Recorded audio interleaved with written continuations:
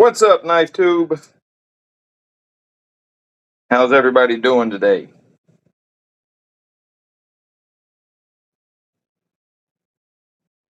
Make sure my audio is working. Make sure we are live. Oh. What's up, Knife Tube? All right, so our audio is working. The stream lag is drastic, to say the least. All right, guys, when y'all get in here, let me know you're in here so we can start hanging out and talking and bullshitting.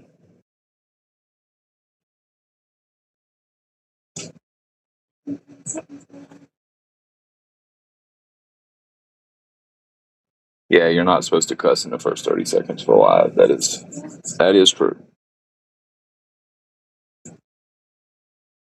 But I'm already over 30 seconds, I believe. What's up, my main man, Aiden? How you doing, brother?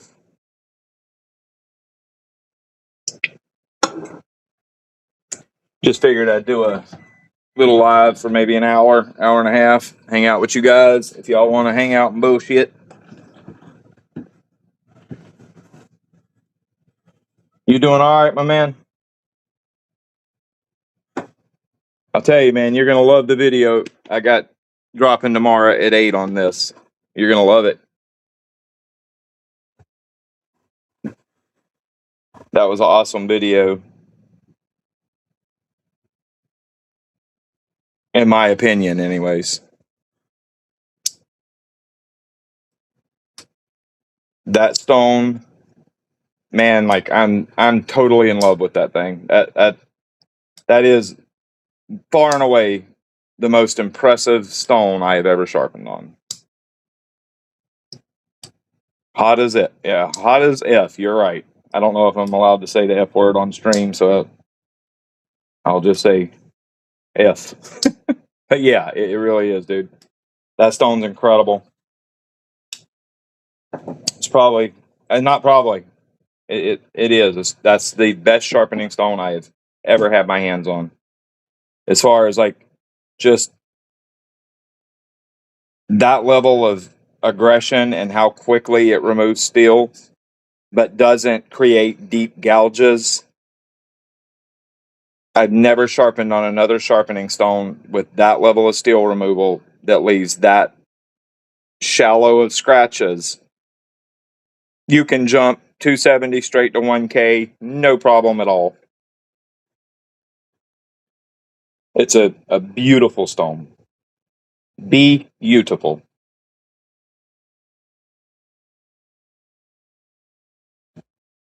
Yeah, I mean, I agree, man, that a fresh 140 is, I don't think cuts as fast as that 270. And I'm talking like fresh out of the package 140 when it's hyper aggressive.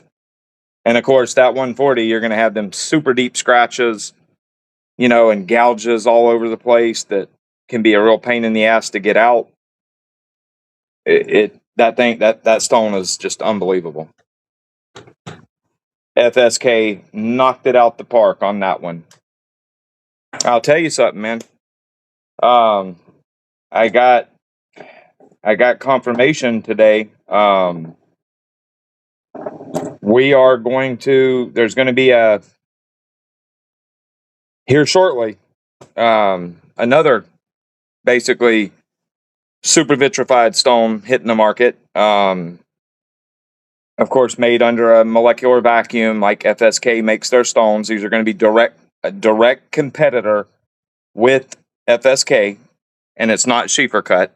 Schiefer Cut's working on theirs too, but I haven't heard anything in a minute from them. But these are not too far out. And they're going to be a two-sided. They're around $300, and basically they're going to be a two-sided super vitrified diamond stone. So you're going to have around 2.5 millimeters, 2.5 to 3 millimeters of abrasive layer per side, two different grits, $300-ish. And they're basically directly targeting FSK quality and performance. So that's super exciting.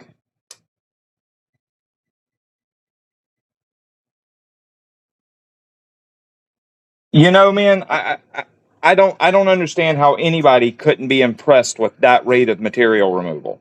Of course, his 300 micron is going to be brutally aggressive, but it may be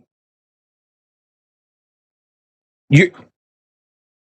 It may be very well too aggressive to the point to where you're creating apex damage as you create it with that large of particles. Now, I don't know, maybe not, but I'll tell you this. In this case right here, and I'm going to let y'all know about something because I've been talking with this company here. Like this 50 grit. This 50 grit is insane. This is a 300 micron stone. So you got 300 micron diamond here. And it is viciously aggressive. Too aggressive. It's too aggressive. And that's why I said this, like the 50 grit side of this would be for, you would only ever use that for like severe edge damage, like a bad chip, or if you need to retip a knife. Okay, then this 50 works. Past that, it's just too aggressive to do a sharpening on, even a reprofile. It's too aggressive. Basically, the giant diamonds are, as you're hitting them, you're creating damage to the apex as you're forming it because it's too much. And see, with his 300 micron, I'm going to assume that would be that's probably the same case. The FSK 270 does not do that. You can 100% take it and create a shaving sharp edge off that 270. No problem at all. Look at it under a microscope. You have a crisp apex. You don't have no, basically flat spots from where large diamonds have knocked down the apex. You don't have that off that 270. Now, if that 300 micron from him is even anything remotely similar to this, it's going to be too aggressive for creating an apex. Now, maybe his isn't, but in this case, it is. And I would assume any 300 micron stone is going to have that issue. Now, I said I would elaborate on this right here. Okay, I spoke with them. And when I got this stone, of course, they didn't give me this. I paid for this stone. I told them the 50, initially, I told them, hey guys, y'all really need to make a 100, 200. 100 grit, 200 grit to go along with the 400 and 1000. Well, they went 50 grit, 200 grit. So basically, I was telling them they should make something along the lines of, at a 100, 200. So say 200 micron, 100 grit, and then 100 micron, 200 grit. Okay, so they went 300 micron, 50 grit, 100 micron, 200 grit. In my opinion, and I told them this after the first use, the 50 grit, 300 micron is too aggressive. It's too much diamond. And the reason is, what's up, Aaron? I'm sorry. Hello to everybody. I hope everybody's doing great. Sorry I haven't called y'all's names out, but let me get through this and then I'll read y'all's messages. So, okay. And the reason I told them they should do a 200 micron, 100 micron is because I know when you get up there above 200 microns, you start running into the issue of it just being too large of diamond. But they went ahead, they did the 50 grit, 300 micron, 200 grit, 100 micron stone. So I told them, I was like, guys, look here, flat out, The 50 grit, it's crazy aggressive. It's too aggressive. You need to change that grit. 50 grit is too much. I think you should do a 100 grit, 200 grit. It's going to make a better stone for people, because what's happening on this stone right here, on the 200, on the 50 grit side, basically at 300 microns, these diamonds are very large. So think of if you drew out, a grid pattern of like square millimeters, right? How many diamond particles, how many points, cutting points, are going to be in each square millimeter of stone? With 50 grit, it's only going to be a couple pieces of diamond per square millimeter because the diamond's so big. Therefore, you only have a few cutting points per square millimeter of stone surface. And it's too much.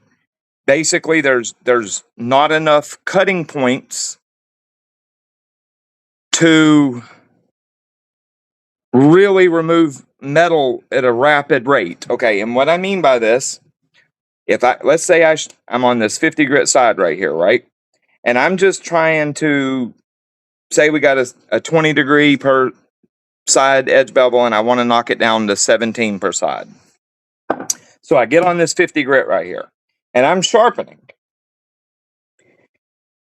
My steel removal rate is probably going to be slower on this 50 grit side than it is on this 200 grit side, because there's so much more cutting points per square excuse me, per square millimeter of stone on this 200, because the diamond's much smaller.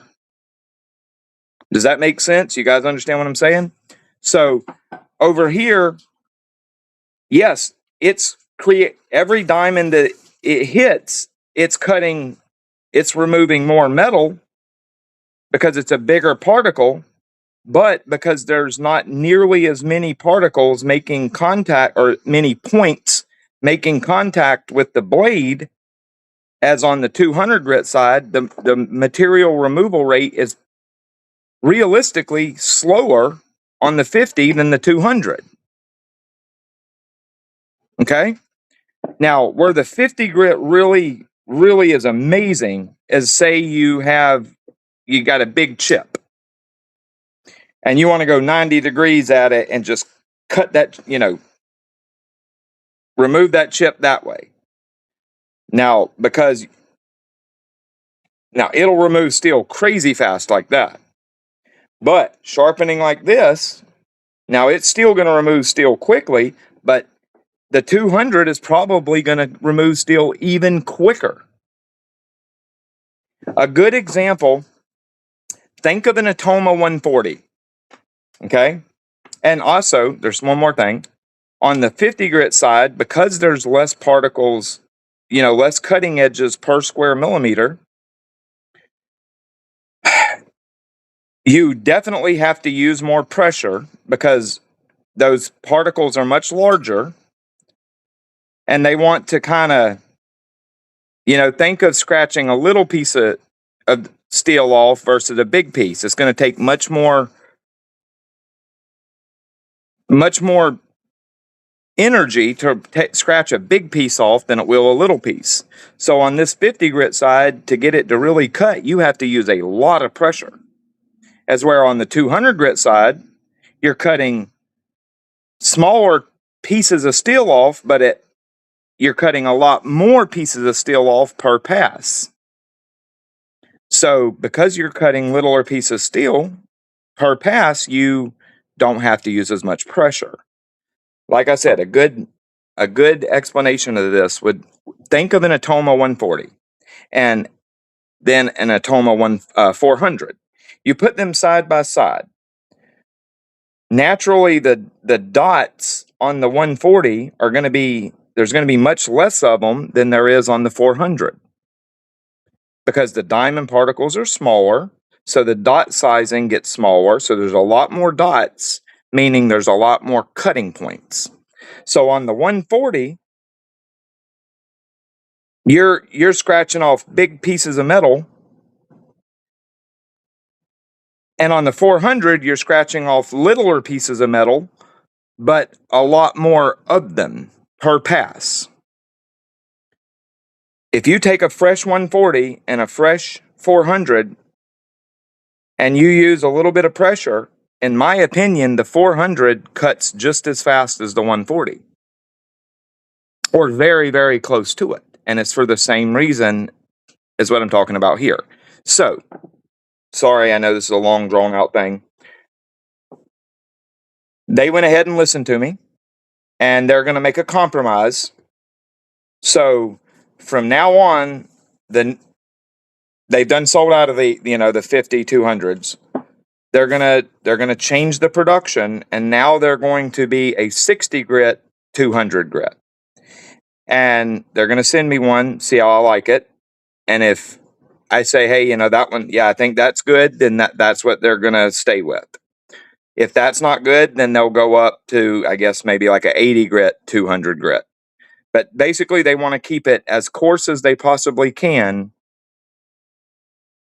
without having the issue that this stone has right now. And when I say issue, don't think it's an actual issue.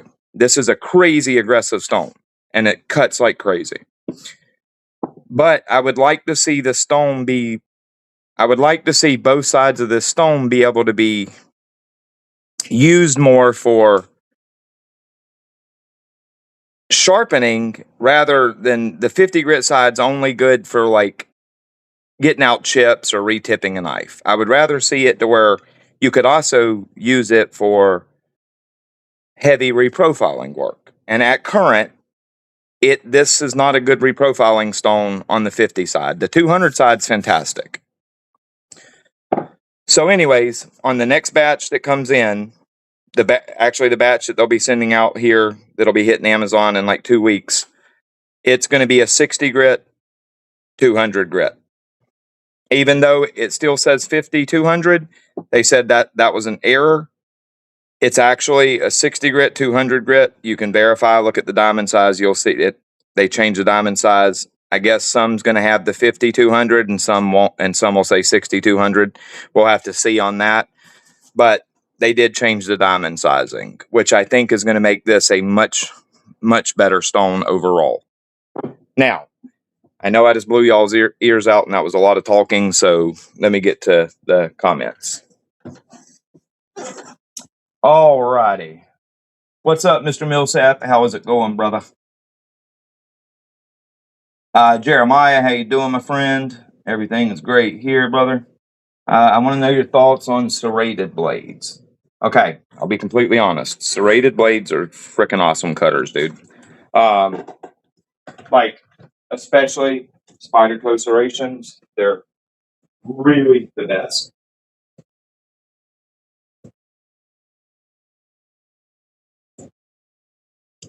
I'm sorry, guys. It's smoking hot. I gotta get a fan turned on.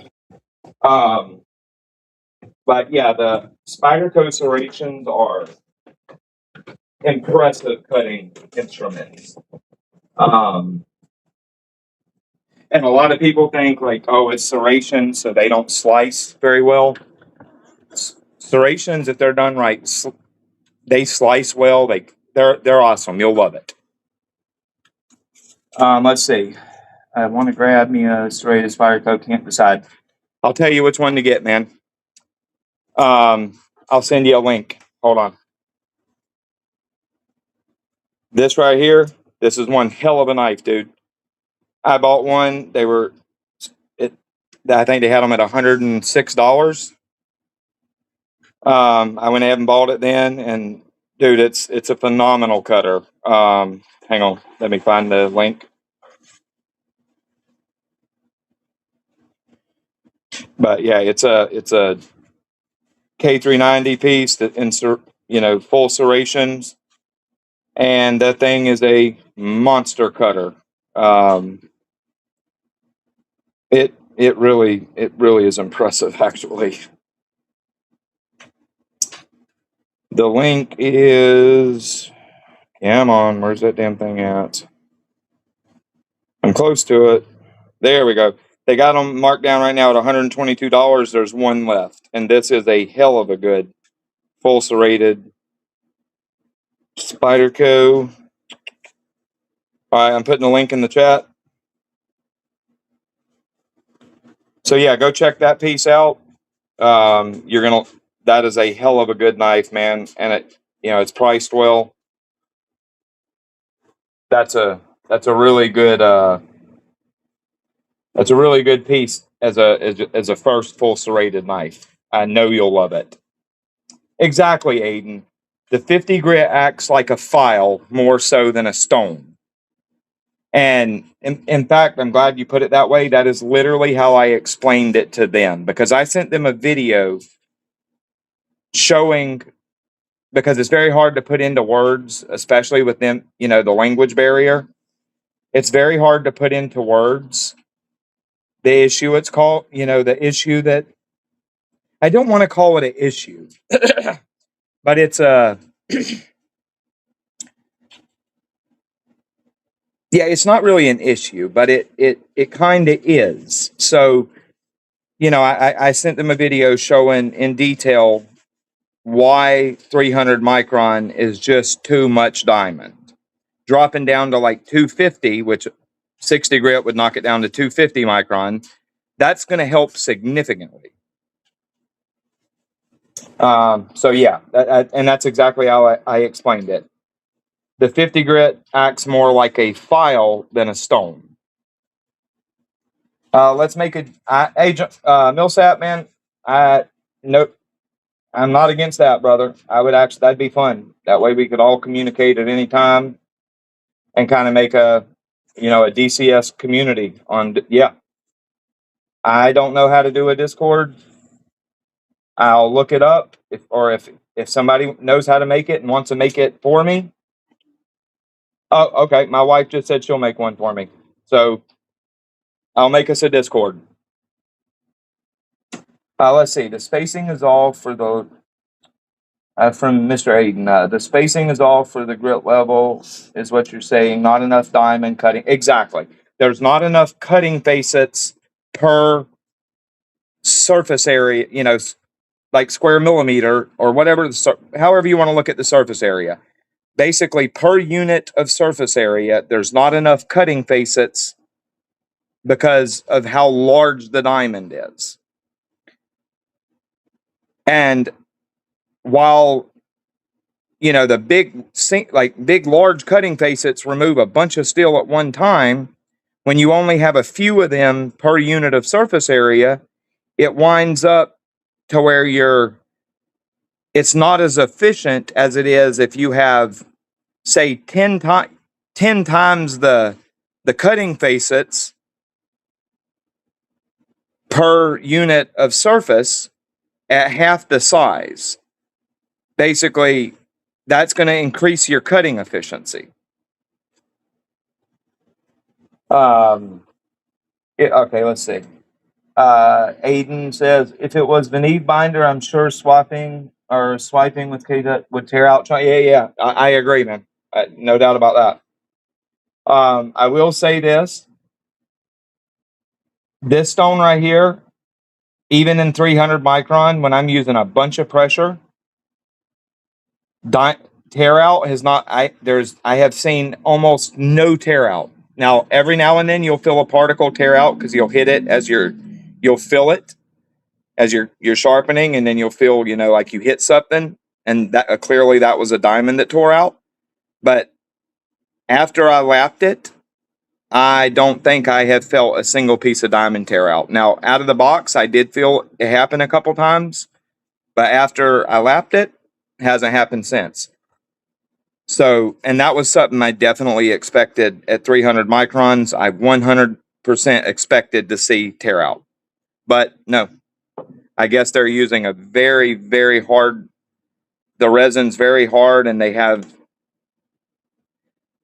there's something in that binder that's helping stop tear out because it just doesn't do it. Exactly. Yeah. 100%, Aiden. Just excited, man. Like I'm really happy to see And I am. I'm 100% excited because we're right here in this point in time where we're fixing to see a whole bunch of new abrasives hit the market. And it's really cool to me to see companies investing money, new companies investing money to create products for the freehand sharpening market. It tells me it's growing because these companies are willing to invest money, and we're fixing to start seeing a lot more abrasives hit the market and a lot of cool stuff.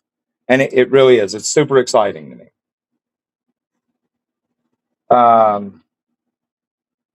And yes, I agree. The Atoma gets pooped on by the 270. It does, man. That 270 is a monster. Let's see. I do love the shallow. Yeah, exactly, man. The shallow scratches with that rate of material removal and that shallow of a cut pattern, that makes that stone completely unique. I've never seen another stone that does it. That's that aggressive, that fast at removing steel, and leaves that shallow of scratches. It's freaking impressive, man. Let's see. Pickups from the expo, man. You know what, dude? I I didn't buy much. I bought this. I bought me and my son one of these. Hell, I haven't even took these out of the package yet. I bought one each for me and my son. Um, and that's it. And I made a bid on a custom piece, but quickly got drastically outbid.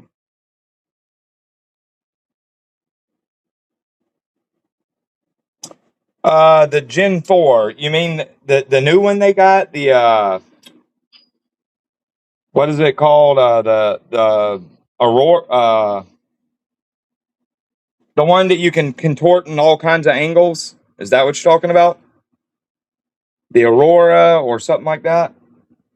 I have. If it's actually called the Gen 4, I haven't seen it. Since Dr. Marv don't have traditional binders, diamond tear out gets mitigated. I mean, yeah, on that 300, yeah, I mean, clearly they can stop tear out at 300 micron because this company's doing it. So, you know, clearly it can be done. That's sweet. You know, I'm not much of a Tanto kind of guy, man. But since I had the satin ones, you know, the original satin and JG10 version, I figured, hey, you know what? Why not go ahead and get that way? I got both colorways. Even though 100% I'll never carry this. I just don't really care for the Tonto blade shape all that much. Um, it seems like I bought something else. Hell, I don't know what it. No. I bought something else. It's just a new Gen 4. Okay, I'll have to go look. Just really, is it? It's on Amazon. Let me go look it up. Hang on. I'm surprised they didn't message me and tell me about that. Actually, they usually send me a message and ask me, "Hey, you want to check something out?" When, like, they just sent me a. I'll show it to you. Yeah, Gen 4. Excuse me. Oh, I don't. Yeah, that's. Oh no, no, that's not what I was thinking of. Oh, that looks interesting. Oh, that's right, because the one I was thinking of is made by Ruiken. That's the one that you can contort and all kind of interesting. Hey, you know what? I'll message them. I don't think I'm going to buy that. If they want to send me one, I'll do a couple videos on it. If not, yeah, I don't think I'll buy one of those. There's what it looks like, guys, if y'all haven't seen it. Um, but yeah, if they want to send me one, even if they say send it back, I wouldn't mind doing a video on it. I do. I'll tell you that new Ruiken system. I do want one. Um, at 200 bucks, and if you buy it while it's under Kickstarter, you get it for 100. I really didn't want to buy it because the Ruiken stones have, the resin stones were pretty good, but everything else has been a letdown.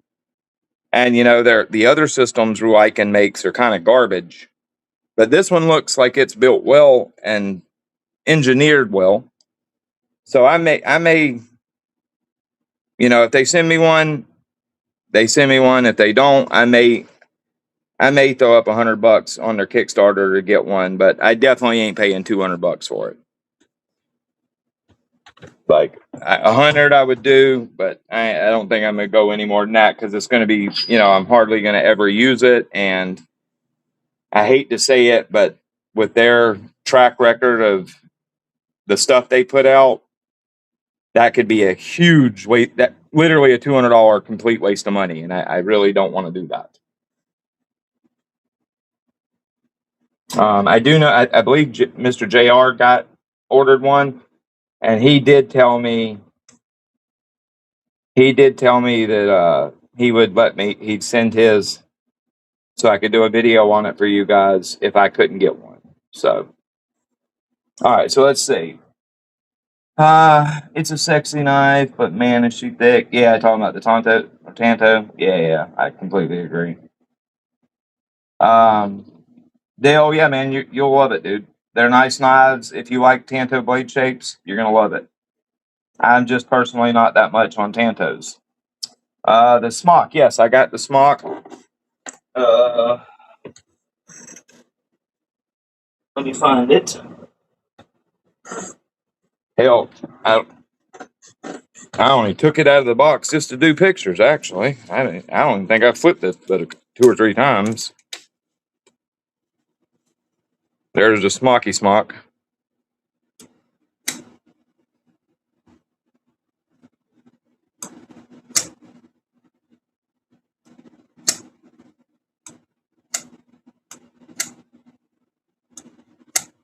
Yeah, hell, this ain't even close to broken in. It's super smooth though. I'll give it that. I love 4V, man. 4V is such a phenomenal steel. It really is. It's so good. I really wish we've seen a lot more of it.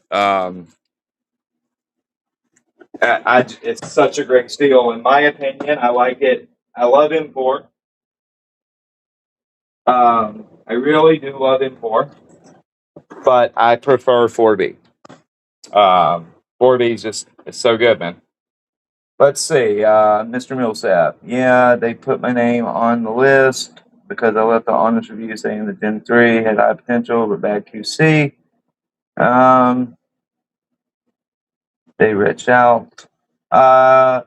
Who reached out? Are you talking about Zarlek? And I guess so because of the Gen 3. Let's see. But I respectfully decline because I have Dr. Marbs en route. I say I'd be more than happy to try the Gen 4 if they wanted to just kick the machine my way. Yeah, there you go, man. There you go, brother. And check it out. Let me know. I'll message them. If they want to send one, I'll review it for them. Like I said, I don't even mind sending it back if they just want to have a video done on it.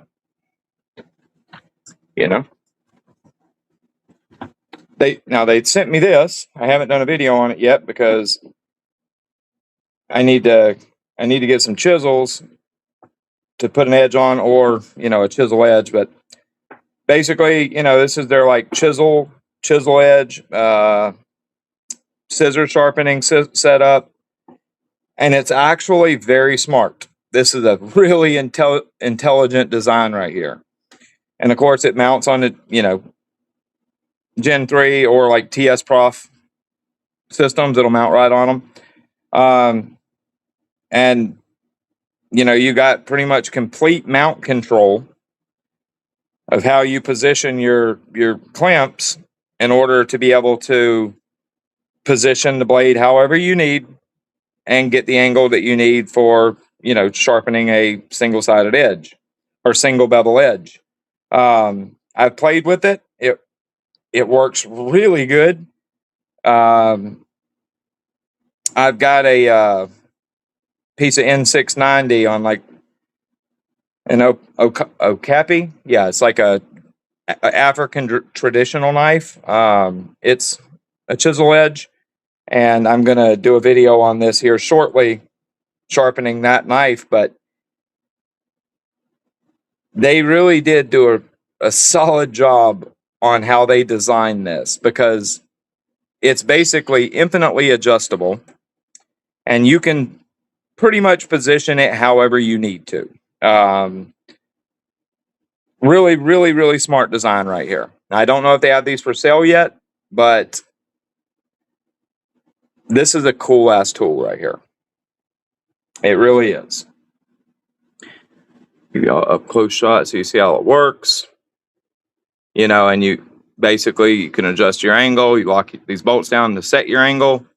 And it's a very, very smart design. It really is. If you sharpen a bunch of chisel edge or single edge bevel knives or chisels or whatever, that is a excellent tool. It's well built too. It's solid as a rock. I'm impressed with it. I don't know how much they're going to charge for them, but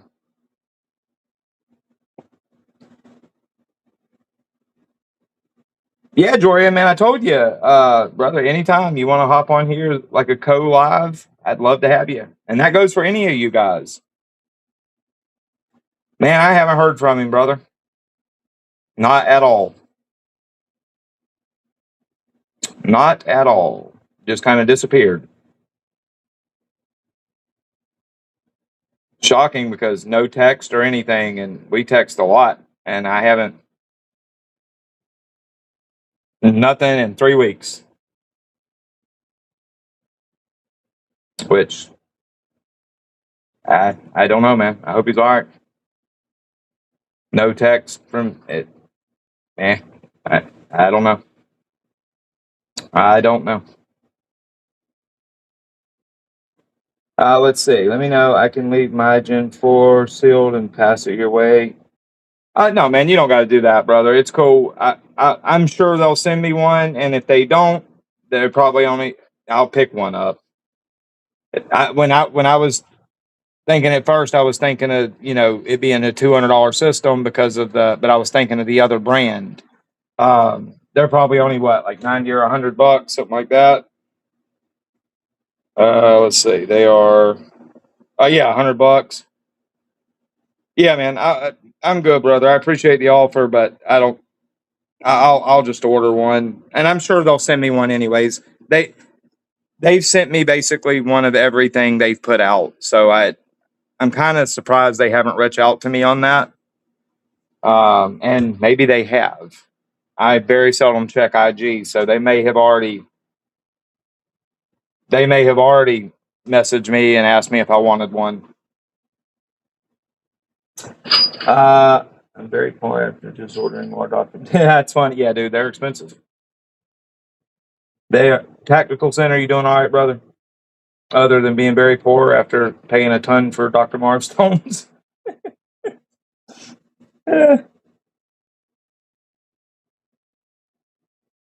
How you doing, Rachel?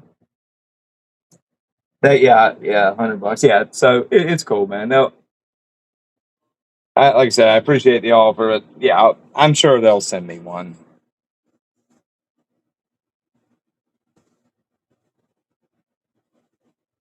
The but I may have pissed them off with that. I say that, but they may not. I pissed them off. I might have pissed them off with that portable, that folding sharpener. I know they seen that review because when I said I'd put a video up, they put a thumbs up, but no, they didn't reply to it with any text, just a thumbs up. So that I'm sure they didn't appreciate that review, is what I'm getting at. But hey, I told y'all the truth, and I told them from the get go. My alliance is to you guys, not the companies. I'm going to tell it how it is. If it ain't good, I'm going to tell you. So maybe I pissed them off. I don't know. But I picked up this. It's actually the first thing I bought there, and like it's just kind of a a lockback sod buster from Bear and Sons, basically carbon steel. Pretty cool knife. I actually really like it.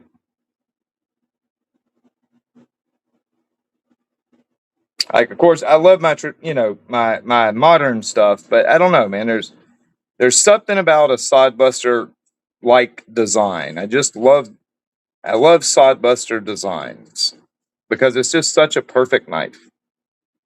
It's not special in any way, but it's just it's just a good cutting tool.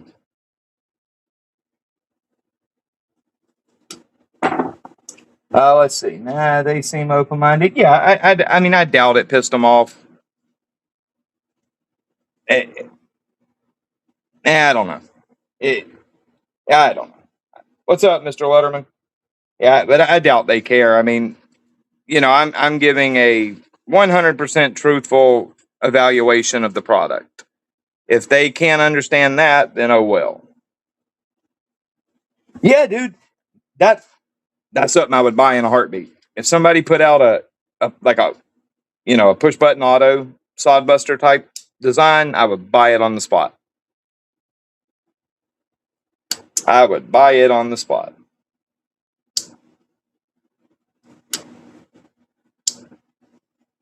Let's see. The Gen 4 flip system looks ace. Just hope they ditch the permanent. Man, everybody needs to ditch the permanent Loctite. Loctite is stupid. I'm sorry, I didn't mean to hit the camera, guys. It's stupid. There's no reason that these companies should be. Let me adjust this lighting because it's throwing a lot of glare. Is that better? No, that is not better. Hang on, let me fix this lighting, guys. Give me 1 second. I'm sure that's not very appealing to look at. Um, okay, that should help. That should help. Is that lighting better, guys? Let me tame it down a little bit.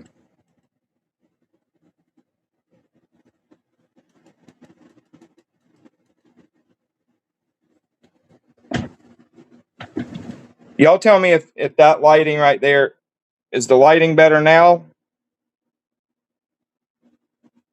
Because that glare is probably tearing y'all up.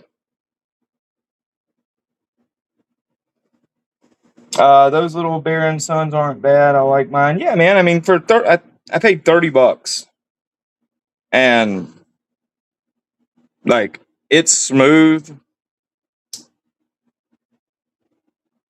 Sharp out the box. They kind of mangled the tip a little bit on the factory sharpening, but I'll fix that. It's no big deal. Let's see. It looks better. Looks like the lens might have a smudge, hence the glare. No, it's you know what it is. It's this sheen that's on these stickers. That's what at least that's what I'm seeing. But hang on, I will clean the lens off because it could be that.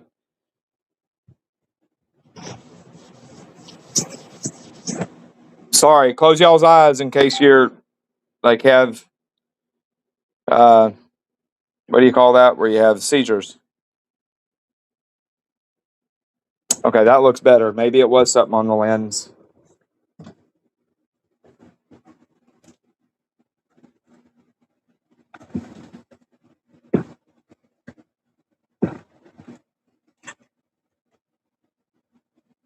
I picked this up. It's an old timer, 1095 carbon, saw, saw pattern bone, nickel silver bolsters. Really pretty knife. Really pretty knife. I will say I had to get 2 of them. All right, sweet. Yeah, I'm glad that when I actually looked at the video, I was like, damn, that glare is probably tearing them up. I'm sorry about that, guys. I guess I touched the lens when I was putting it in the tripod because I always take alcohol and clean the lenses before I start the live. So I guess I got a fingerprint on it accidentally. I apologize for that. Yeah, exactly. That's probably what it was. Fingerprint.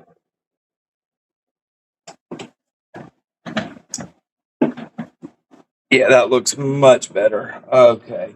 Let's see. Do you think K390 is the best steel for serrations? Okay. I will say this. I have a couple pieces in full serrated H1.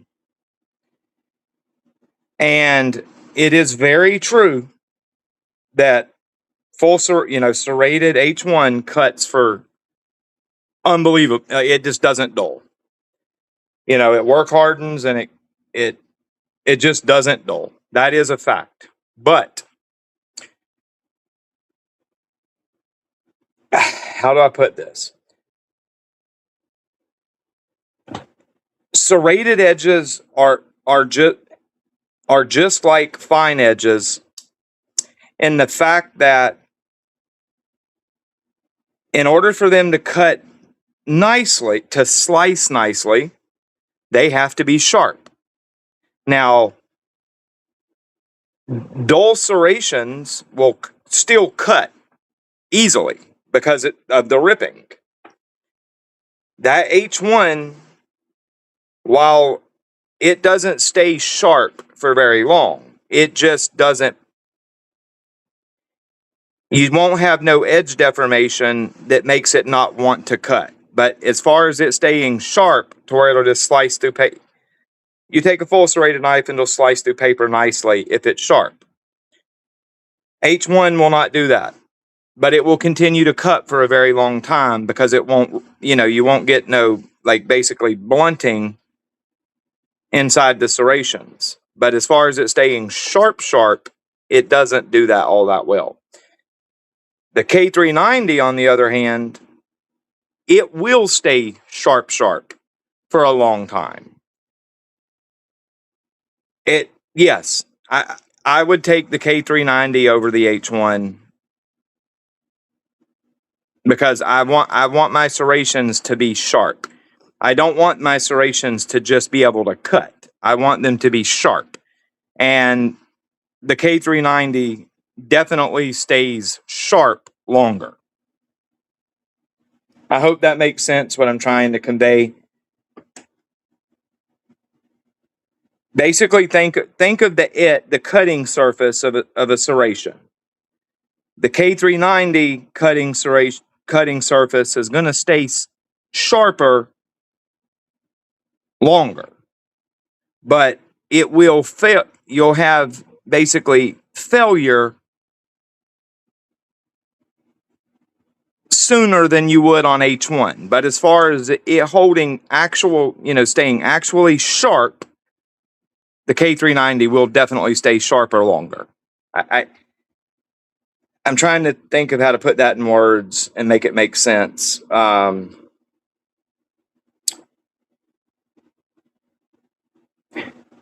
do I put it? Think of this way. The H1 basically just holds its geometry very well when it's serrated. So it won't, you won't get blunting in the serration, and you probably won't get no rolls in the serration or anything like that. But it won't ever stay really sharp for very long as far as being truly sharp. It's where the K390, the edge overall will need sharpening sooner. but for the late life of the edge, it will stay sharper than the H1 will. But the total life of the edge of the H1 will be longer, if that makes sense. I hope. And yeah, basically, the K390 is going to create a cleaner cut for longer, but the H1 will stay cutting for a longer period overall. Yeah, about the best way I can explain that. How you doing, Jacob? And yeah, good way to put it, Aiden. If you don't care about the serrations really, maintaining sharpness to where it'll cut cleanly, the H1 will hold the edge longer. But if you care about your edge maintaining sharpness, even though it's serrated, but to be able to cleanly cut, you should go the K390 route. They will both hold an edge for a ridiculously long time, though. Let's just put it that way.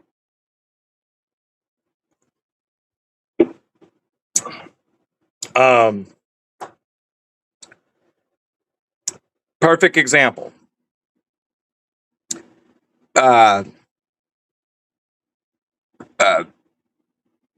LC200N, not a super, doesn't hold an edge that long.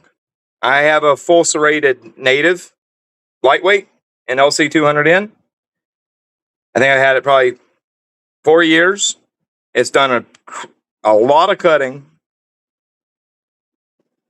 and it never been sharpened, and it still cuts just fine.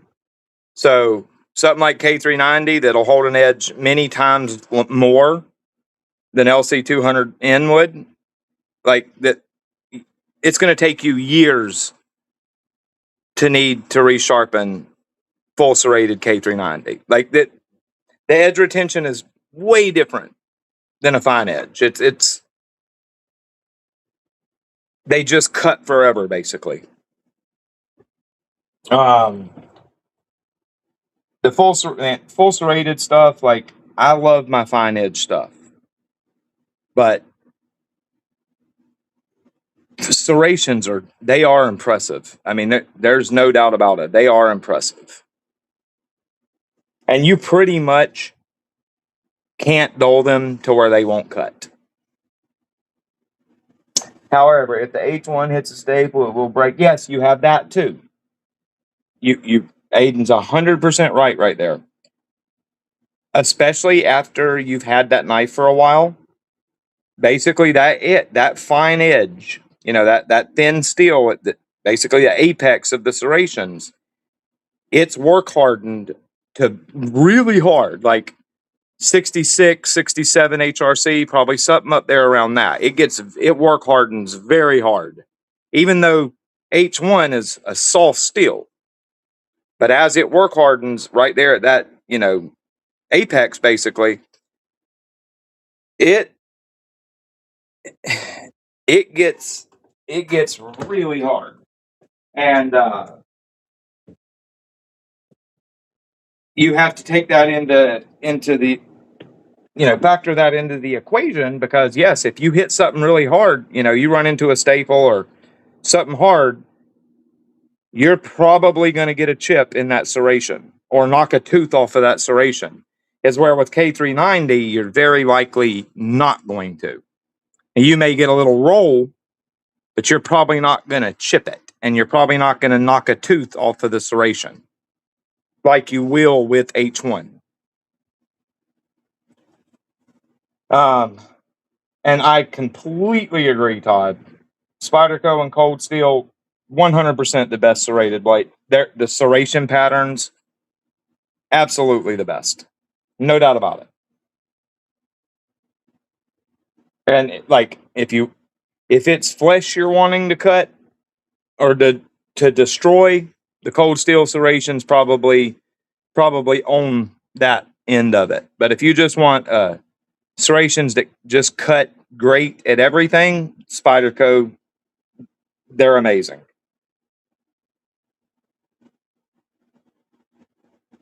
And one thing I do suggest, if you do go with serrations,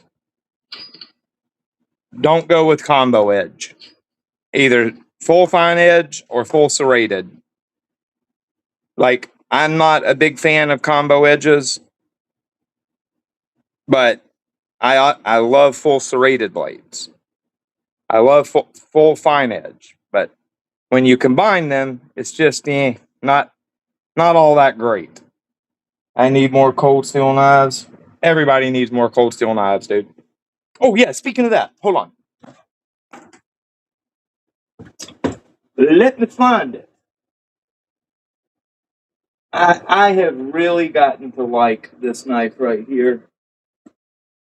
I have really gotten to like this knife right here. A lot.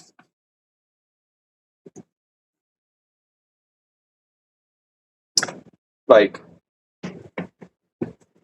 man, I picked this up. They had them marked down on Amazon. For I think $92 I paid. This is, like probably 2 months ago. The Swift 3. This is a sweet knife. This is a sweet knife. And I'm not a big, I don't like assisted. I don't mind it necessarily, but I don't like it. But this, dude, Cold Steel knocked this knife out the park. You got a lock. You got an assist lock. Like, oh my God. I bought 2 of these, and I'm glad I did. This one here ain't even been used yet. The other one, I mean, don't get me wrong, I haven't used it a ton, but it's seen some use. The M4 has done good. It's still on the factory edge, actually. The one I've used. And this thing is built like a freaking tank, man. Built like a tank. I'm glad I grabbed 2 of them at that price. It was just too good to not get 2 of them. But see how they did the assist is what makes this work. You pull the Atlas lock, it drops here. Easy to one hand, easy one hand closing. So, it's just easy to manipulate one handed. And is where most assists kind of fight you on that. And then you got to use your leg or whatever to close it, but not this. This is a fantastic knife. If you can pick these up on sale for like $100 or so, get you one. If you want like a big, heavy, like stout, hard use capable knife, man, this thing is freaking great. It's an M4. The M4 on the one I've been beating on is done well. I haven't even sharpened it. Still on the factory edge. Fantastic knife right here. At 100, like at the 90 something I paid for it, it's like literally they had it on like next morning shipping. I hope, it gets delivered like before daylight. I play with it for a few minutes. I immediately go and order another one. That's how good it was. I didn't even need to cut anything with it. I just knew when I picked it up, I was like, yep, at that price, I'm going to buy another one. Because I know the M4 is going to be done good. And this knife it's not overly heavy. It's comfortable in hand. The assist is done right. Fantastic knife right here. Yeah, that'd be sweet, dude. That would be sweet, Aiden. That would be cool. Mm-hmm. What's up, Marco? How you doing, brother? Matt, how you doing, my friend? Rachel, how you doing? But yeah, man, I'm telling y'all, I know a lot of you guys aren't, too keen on assisted knives. But this right here, this is a winner. That is a winner. If you whoops. Like, I know a lot of you guys will have this. If you like the Recon 1, if you like the Recon 1, you will love the Swift. Like, I'm a big Recon 1 fan. Is it, as a big folder, I love these knives. And they have like 5 of them. This knife is better. The Swift 3 is better.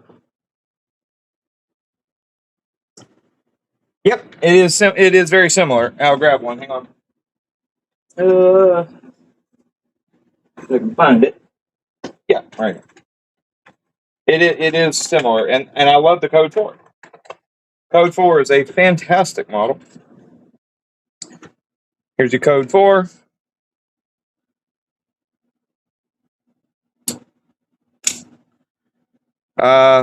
In the hand, your scalloping and everything is very similar.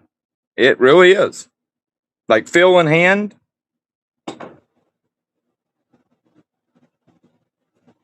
Yes, very, very, very similar shape in hand. Like, actually, it's damn near dead on. So yeah, like in the hand, it's very similar to the Code 4. That was a good call, Layden. You were 100% right.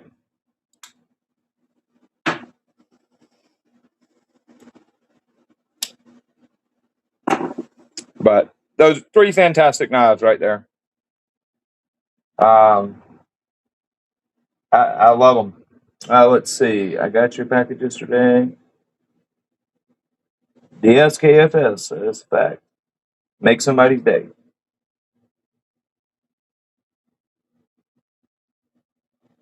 But I'll tell you,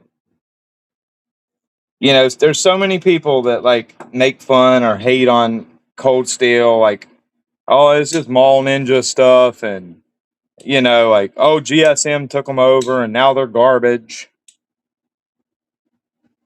I hate to say it, but that is bullshit. Cold Steel makes a damn fine knife. You get a ton of bang for your buck. And I'm sorry, but I've bought quite a few since GSM's took them over, and the quality is exactly the same as it was prior to the takeover.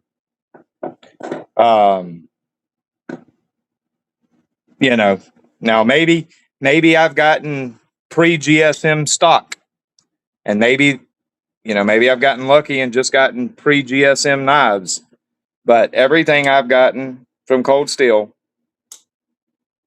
post takeover has been no different than before, when Lynn owned it.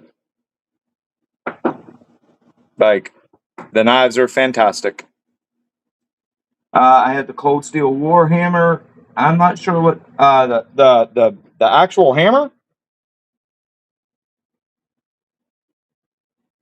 I love the Verdict. That's a knife you've probably seen me talk about a lot. When you can pick these things up for like $15, you cannot beat the Verdict. For a lightweight, tough knife for $15. Now, when they're normal like $50 or $60, they're not worth that. But when you can get these at like Midway for like $15, the Verdict is a damn good knife. A damn good knife. And they do have the strongest locks. That Atlas lock is rock solid. Of course, Triad lock, rock solid. They make great knives. Like, to me, it's silly as shit that people make fun of them. Like, they're truly good tools. Like, this right here is one of my favorite little knives ever. Like, and I mean this. It's like literally one of my favorite little knives ever. The Tough Light and Mini Tough Light. These things are freaking bangers, dude. Like, bangers. And they're, you pick these up cheap. They're really great little knives. I love them.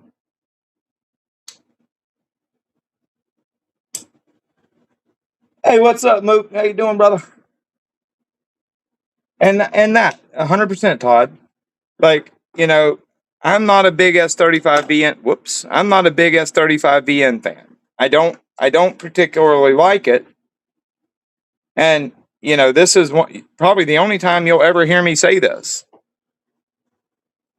I don't even really like Spyderco's S35VM from Spyderco. And if you notice, they don't really work with it much because they know it's not all that great neither. That's why it was only on like a couple of the native runs, but you don't see much Spyderco, minus like the blue handle tenacious. But I'm talking like non-China made stuff. You don't see S35VN hardly at all from Spyderco, but because they know it ain't that great. Even the Spyderco S35VN I have, I don't like that much, but I will give Cold Steel credit. Whoever's doing their, S35 in Taiwan, whoever's doing the heat treats for their S35VN, this is the best performing S35VN out there. That's not, custom heat treat stuff. In the production world, the best S35VN you can get is from Cold Steel. Like, no doubt about it. Their OS 10 is great. Their OS 8 is great. Their 4116 is great. Hell, even the 4034 is not bad. I mean, I would much rather have 4116, but the 4034, it's not bad performing at all. Excuse me. Sorry, I didn't mean to blow you guys' ear out.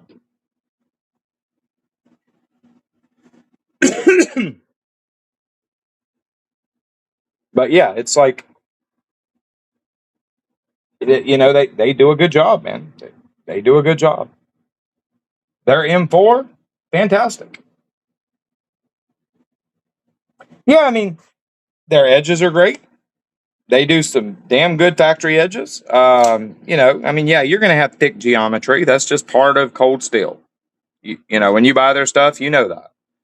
You're going to have pretty thick stock, and you're going to have a stout grind. But it's not so stout that it doesn't cut well. Like, they do a good job of blending stout geometry with reasonable cutting performance geometry. I can tell you this, their 5CR, like, and of course it's China, it's China made knives, but like the 5CR from them on like the Kudu, I mean, go look at the cut test. It performs good, man. Really good. Like, I don't know if I have any 8CR from them, but with as good as everything Cold Steel performs, I would be genuinely surprised if they put out any steel, be it China made or not. They're going to make sure it's done right, or they're not going to put it out. That's how I believe they are. I've never had a bad piece of steel from Cold Steel. Never.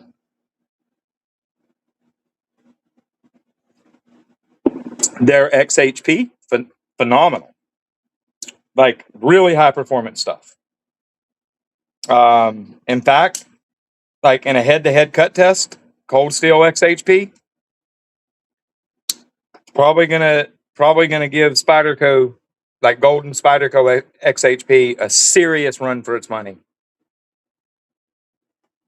A serious run for its money.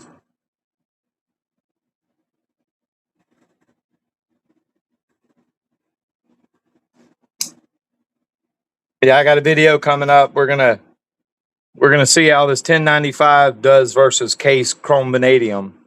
See what performs better. We'll also test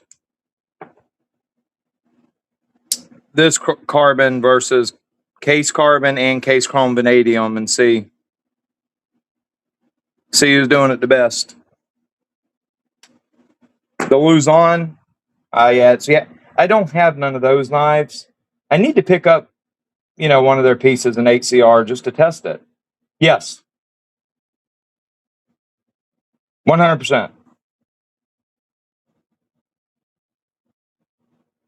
100%, Dale. No doubt about it. Leaf jumper, fantastic model. Fantastic model. Anybody that owns one, I guarantee you will agree. The rock jumper is another fantastic model. I wish they made it in other than VG10, but even in VG10, fantastic knife. Sway back is a banger. The sway back is a damn good knife.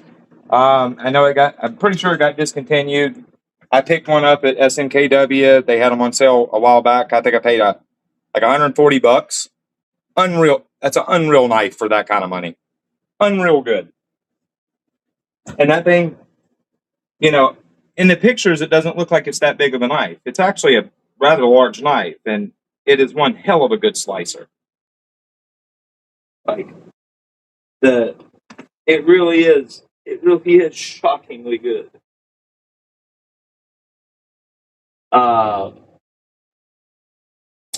But yeah, like I'm gonna on this thing right here, what I was talking about. I'm gonna do a video on it for you guys on that chisel grind fixed angle setup. We're gonna put a fresh edge on this bad boy right here. It's called an Okapi N690, made in Africa. Really sweet little knives. I love it. Well, not little. This is a pretty big knife, but I love these things. They're a chisel grind, of course. Fantastic knives right here.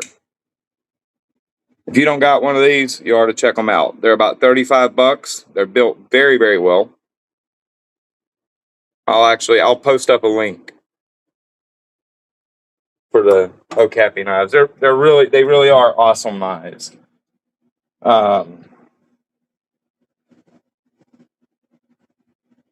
Like I very, very much like them. They make ring lock versions in carbon steel.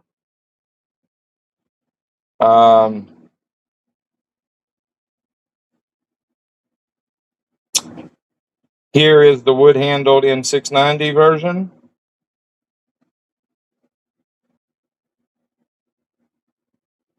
And here is the carbon steel ring lock version. $35. They're sweet, man. They really are. And they're a super nice conversation piece.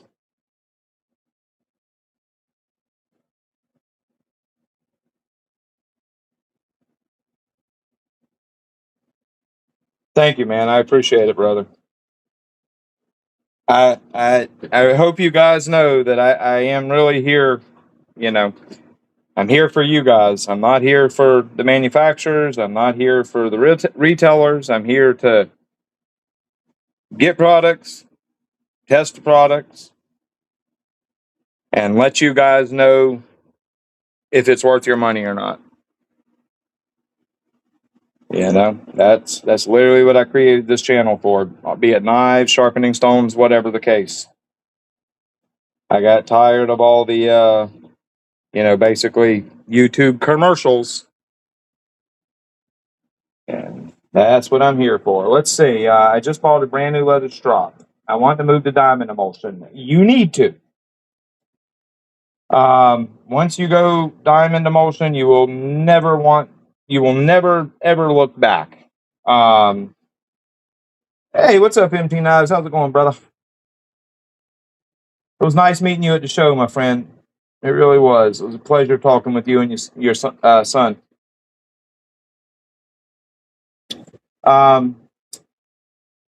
Okay, first question, Vernell. First question would be, are you wanting just a single strop setup, or are you wanting to do a strop progression? That would be the first question.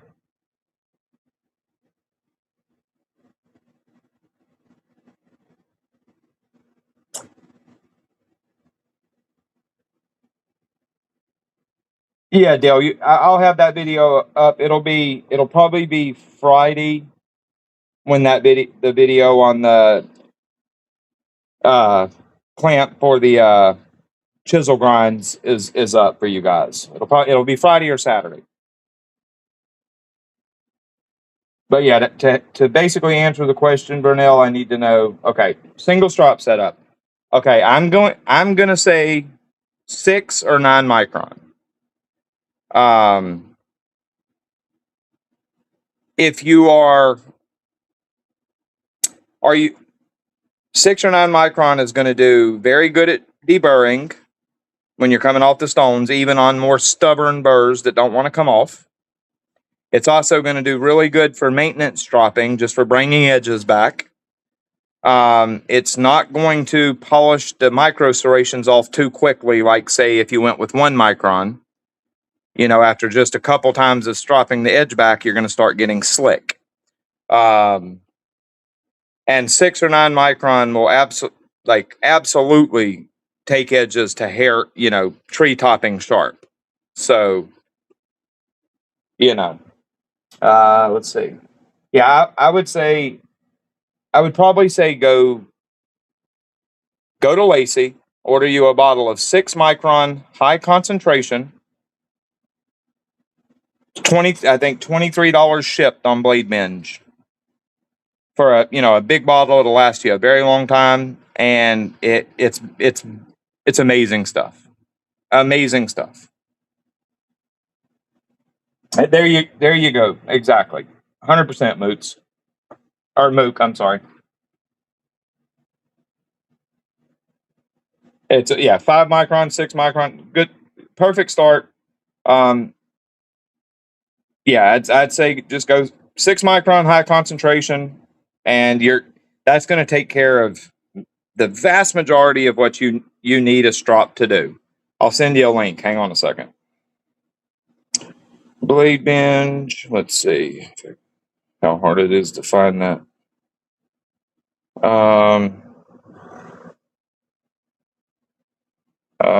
List.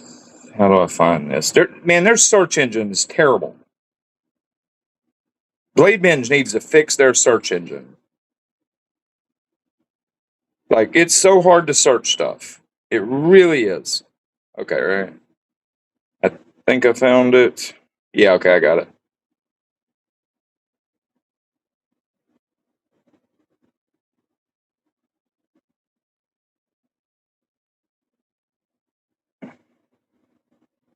Hang on, that's the 4-pack from her. Maybe I can get it on Google. Yeah, right. Okay, I think I got it now.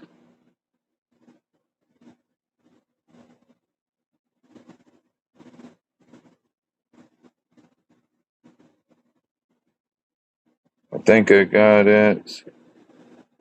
Oh yeah, okay, I got it. All right, so here's the link. Go get you and 23 bucks shipped. Go get you a bottle, 6 micron messenger, say 6 micron high concentration. Just say make it like you do for diamond cut steel.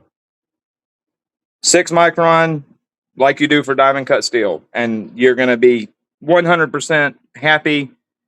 It's a very high performance. It does its job beautifully, and it costs 23 bucks for like a multiple year supply.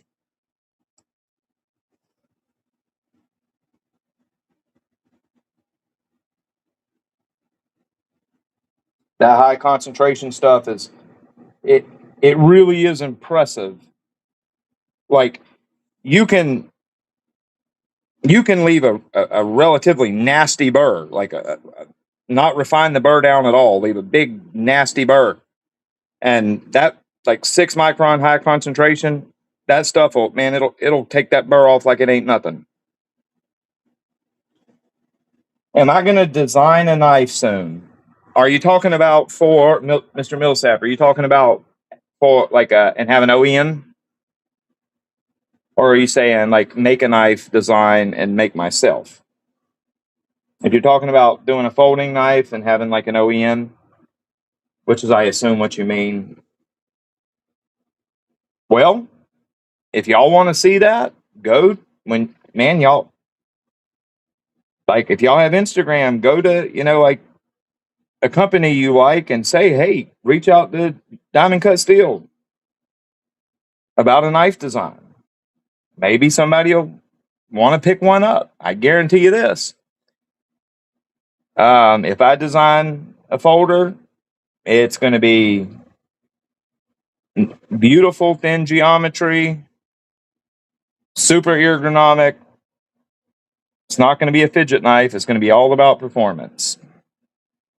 That's not something we see a whole lot in the knife world.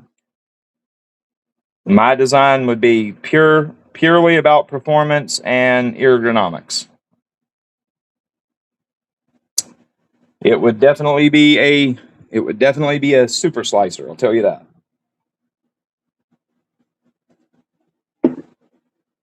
Boy. Is my microphone still working? Yes. Guys, can y'all hear me? The chat just kind of, or did the chat freeze up? Can y'all see?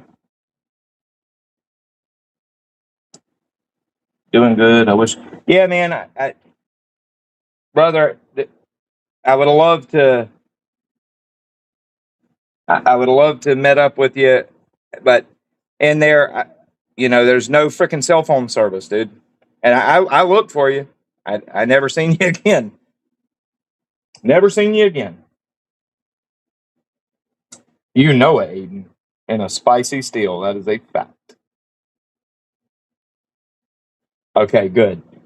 Yeah, it wouldn't be in, it won't be in no S35VN or 20CV. I'll tell you that. It'd be in something that would, it'd be in a steel that'd make you guys, raise your eyebrows. What do you guys think of this? Hang on, let me check. The holdout. That looks like a pretty sweet little design, to be honest. $100, S35VN, G10, triad lock. That's the design he's talking about. I'll tell you what, man. That's a sticker, buddy. That is a poker right there. That is a poker.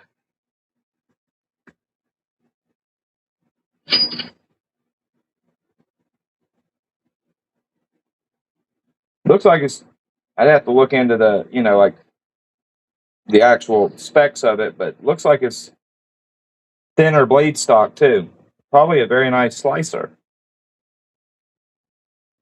I'm a sucker at 60% off. Oh damn, that thing's $260 normal.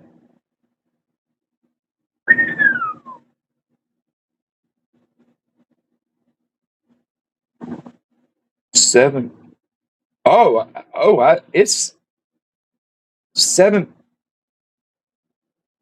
Why is it so expensive?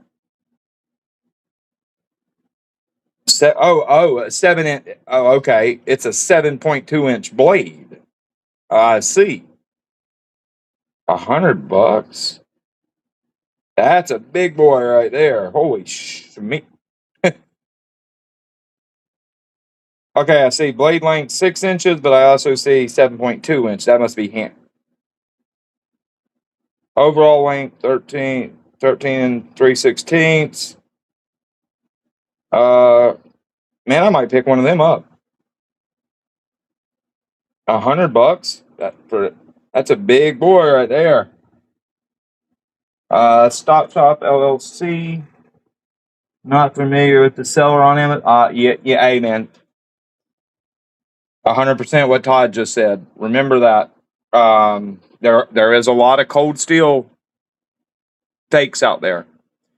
A lot of your cold steel stuff is sold by Amazon themselves. So, it's sold and shipped by Amazon. Like this, I bought this from Amazon. It's sold and shipped on Prime by Amazon. This, same thing, all these, except for this one. This was by Midway, but um, if before I bought from, if it's not like Robco or Onkata, Prime LLC, we respect MAP. That there's a bunch of good sellers on there that are actual knife retailers. They're authorized sellers, but there's also people that will sell fakes on there. So before I bought from whatever what Stop Shop, I would verify that Stop Shop is a legitimate seller before I bought.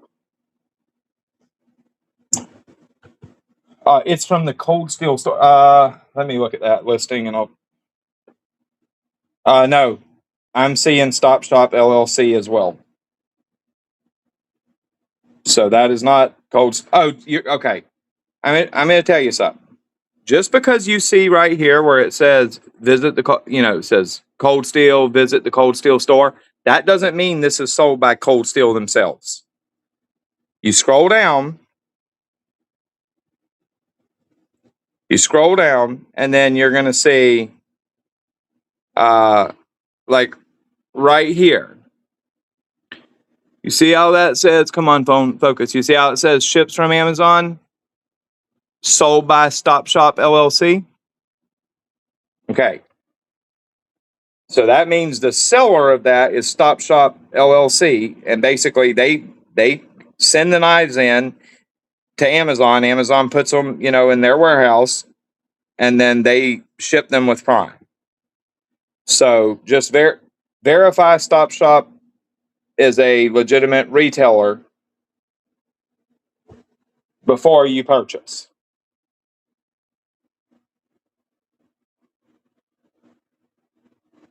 Yeah, I mean, if you don't know how to check the sellers, it can be tricky. But once you know where to look, it only takes a second to verify who's doing the selling. And again, say you buy it and it's a counterfeit, Amazon will take care of you like that. So it you're not going to get shitted out of your money. If they sent you a counterfeit, Amazon's going to take care of you. You're going to get your money back, or you're going to get, the real product, whatever. You're going to be taken care of. A lot of people really hate on Amazon, but I'm sorry, Amazon is a fantastic place to buy knives from. Fantastic. You just have to know how to do it. You don't want to, and yes, go check the seller reviews. You don't. Now, if you go buy a $600 Spyderco Drunken, and it's sold by, Scam Shop USA, shipped by Prime, well, you're probably going to get a fake. But if you do, Amazon's going to take care of you anyways. So Amazon's a fantastic place to buy knives from. It really is. A lot of people, talk mad shit about it. You can save a ton of money by buying knives on Amazon. I mean, just look at the deals that I post up on my YouTube post every day. I post smoking deals. Yeah. Good to be. Got to be sure on the seller before buying. Exactly. And counterfeits. There are some really good ones out there. There really are some really good ones. But for me, when I buy on Amazon, I just make sure that it's a seller that I know is a legit seller, and that's it. Then I don't have to worry about it.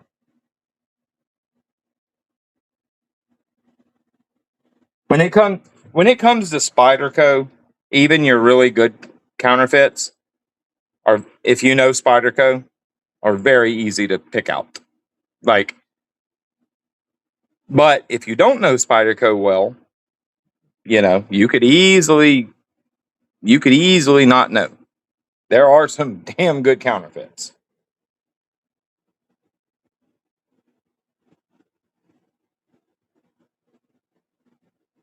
Hey, man, I mean, it's very possible. Very possible, James. That could be it. You know, it could have been a. You just look who you bought it from, man. Check the seller. That'll tell you a lot. You know, if it's an authorized retailer, you probably, you know, you got it. You just got unlucky, and got a bad one. But definitely check the sellers when you buy knives, and not just knives, anything. Remember, there's counterfeit everything out there. You know, my wife got shitted on some counterfeit shoes a couple months ago. Like, you know, really high dollar set of like heels. And I think Birkenstock or some shit like that it was supposed to be, but you know, it's like $500. And these were knockoffs. Amazon took care, you know, she got her money back, but still. Exactly. I mean, and the thing is, you can buy Spydercos on Amazon all day long from authorized retailers. There's plenty of them. Like I said, Ancada, Robco, Prime LLC. We respect MAP. White Mountain Knives, Blade HQ, SMKW. There's a bunch of them. That's just a few. There's plenty of them. Don't later, Jorian. I appreciate you hanging out, brother. You know, there's literally no reason to buy, especially Spyderco, from an off the wall seller, because there's. The thing is, a lot of those authorized retailers have their pricing structure set up to where if one company reduces the price, say it's like $189 knife, right? And one company, like say Ancada, drops their price down to $160, then another authorized retailer will drop theirs down to $159. That way, they're on the top of the list. So sometimes you can catch them in basically like a price war, just like I did on the Bird's Eye Maple Chaparral. That's up, what, a $220 MAP knife. I think I paid $115 because I caught them in that basically price war. Like, you can get some smoking deals from authorized retailers on Amazon. Some smoking deals. The Half Moon system is fantastic. It really is. It is a fantastic system, and it's fixing to be a lot more fantastic. They're a company that really listens. They have basically everything that I've said that, hey, if you do, you know, this is going to make this a better system. This is going to make this a better system. You need to do this. You need to do this. Every single thing I've said, they've implemented into the new HM2 unit that'll be available. They're also, you know, I told them they need to create their own different clamps. They're making their own clamps. They're also making the bar longer and to where it will, basically you can use TS Prof clamps natively with no adapter. The HM2 that's going to be coming out here in like 45 to 60 days, that is going to be a badass, very, very capable system. As is, it's a very capable system. I just personally don't like the clamps as they are. They work fine, but I don't really like the way those clamps are. Point is, they're sold out anyways. The HM2 is going to be available here in, you know, say a month and a half, 2 months, and it's going to be basically all the things I said. Hey guys, if y'all change this and this and this and this, it's going to make this one hell of a good system. All those changes are going to be incorporated into the HM2. I would highly suggest getting you one when they drop, because it's going to be really good. Yeah. Dan, you most definitely should. That is going to be a hell of a system, because the system was already great. It just needed some tweaks. And now that all those tweaks are going to be implemented, it's going to just be it's going to be an incredible system. I love my Gen 3, but it's going to be, yeah, exactly, man. Like, it takes all the inefficiencies of a traditional system away. You have, the edge profile it leaves is much more similar to a freehand edge. It just leaves a better edge overall. The R2 is fantastic. I mean, that's a super capable system. Super capable. Dale, I had a problem with on my Gen 2 and on the stock clips that come with my Gen 3. Basically, what happened was, and I don't lock them, I don't tighten them super tight, but basically, after using it quite a bit on both systems, I'm tightening the clamp and pop, basically pull the threads out of the hole, and then you got to retap the hole. I had it happen to the Gen 2 clamp and to both of the Gen 3 clamps. Now they lasted a while, but there's definitely some material issue with the aluminum that they're using in those clamps. You're going to pull the threads out. It's just a matter of time. Like, now you can fix it. It's not hard to fix, and you could put a helical in it and never have to worry about it again, but that's a pain in the ass.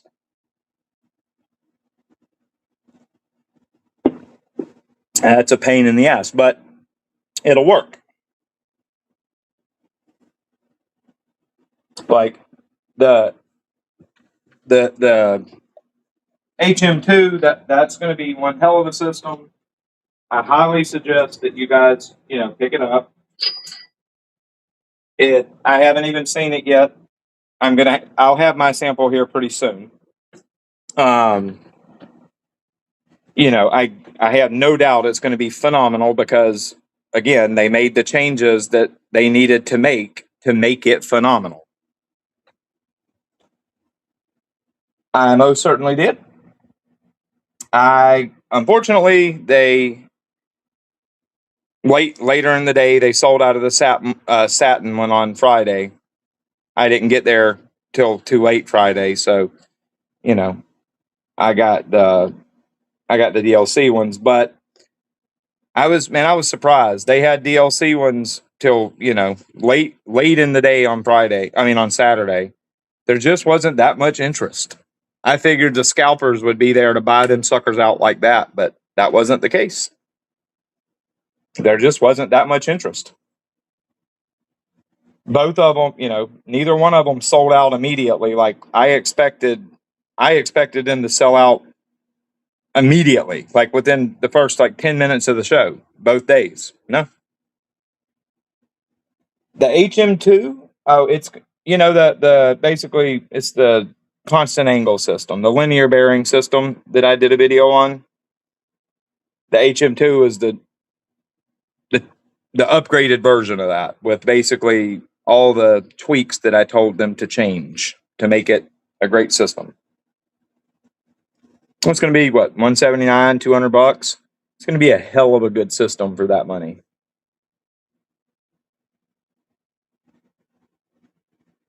Well, basically, the system is fantastic. The HM1 is fantastic, but the clamps, while they work, they're not. I don't really like them. So they're going to create CNC clamps as well as a center Y clamp. That's going to be one of the things that's done. The the clamp bar is going to be extended basically 1.25 inches, so it's going to be longer, so you have more adjustment range. The clamp bar is going to be machined to 20 millimeters in width. That way you can directly bolt TS Prof clamps to it. Um, the stone arm is getting adjusted, so you'll be able to use all the full length of your 1x6 stones. And then some other little teeny tweaks just to kind of refine things. The HM1, the base system was fantastic. The system didn't need to be changed. It just needed some simple tweaks, and mainly the clamps. And that's going to be a damn good system.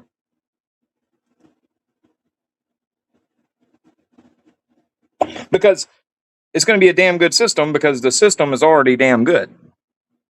You know, it's not like we was starting with a bad system to start with. The system was fantastic. It just needed some tweaks, basically some quality of life tweaks, if you will.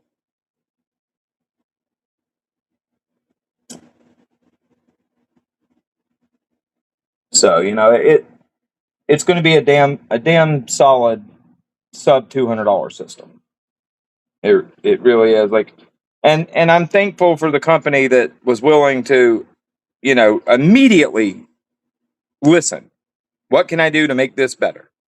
Like, there's not many companies out there like that. I give them full credit.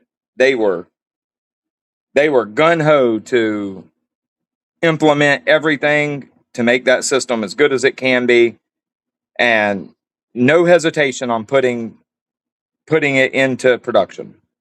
Like, I gotta give them respect for that. Yeah, man, exactly. That's what it's all about. Like, you know, I in that video I told them, guys, y'all got a great system here. If you want to make this system really fantastic, email me. And they were quick to do so. And it wasn't like, oh, we'll see about doing that, or, well, maybe after the next run we'll do this. No, it wasn't that. It's what needs to be changed. We're ready to do it.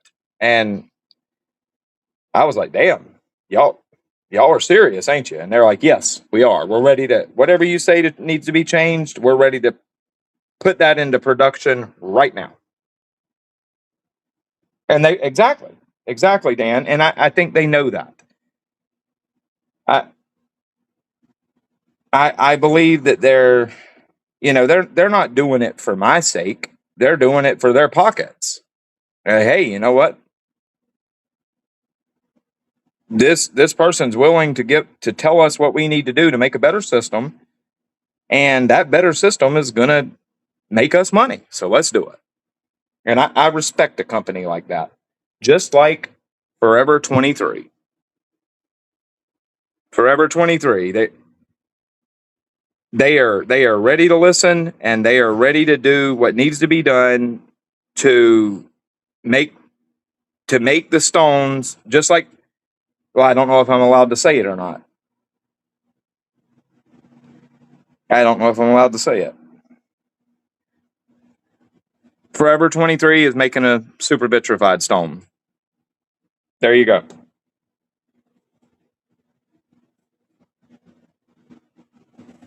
I don't know if I was allowed to say that, but there y'all go.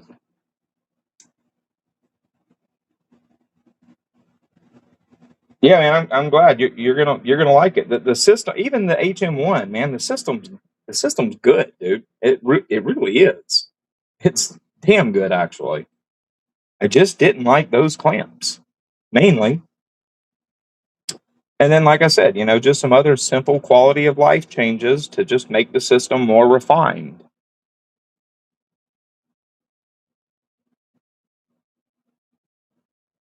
But yeah, if y'all don't mind, because I really don't know if I was supposed to say that, like, let's just keep that amongst the people in the chat. But yeah, they're creating a super vitrified stone that'll be hitting the market here shortly. Direct competition. They're directly aiming at FSK quality and performance. Dude, it depends on what you want. That the R2 is more capable as far as if you're sharpening a wide range of knives, many different sizes, you know, up to relatively large knives, and you want and you want speed, you know, because the flipping mechanism, that then the R2 is the route. But if you're mainly sharpening pocket knives, say 6 inch and less, and you want dead consistent freehand looking bevels that don't have no angle change, and then you should go with the HM2. But if you sharpen larger knives, say 7, 8, 9, 10, 12-inch kitchen knives and stuff, and that and as well as pocket knives, then you're probably better off going with the R2. But yeah, if you're mainly in the pocket knife world and that's most of your sharpening, I would probably suggest to go HM2. Any links to strops? Yeah, of course, man. This guy, flat out, this company makes great strops, very high quality, and you know, I don't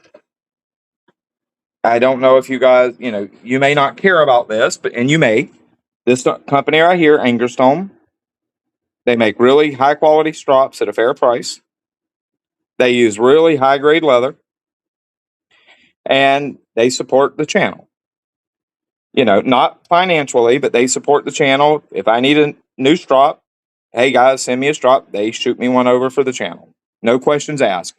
If I say, hey guys, I'm doing a giveaway, y'all want to throw something into the giveaway, they're going to add something to the giveaway. So, you know, they support this channel. And if you want to support, if you're buying a strop, you want a good quality strop and you want to show them support, well, I'll send you a link. They're good people too. They're good quality people. I like them. I enjoy talking to them. Now you can buy it for hell right here, yeah, and you get 10% off with this link.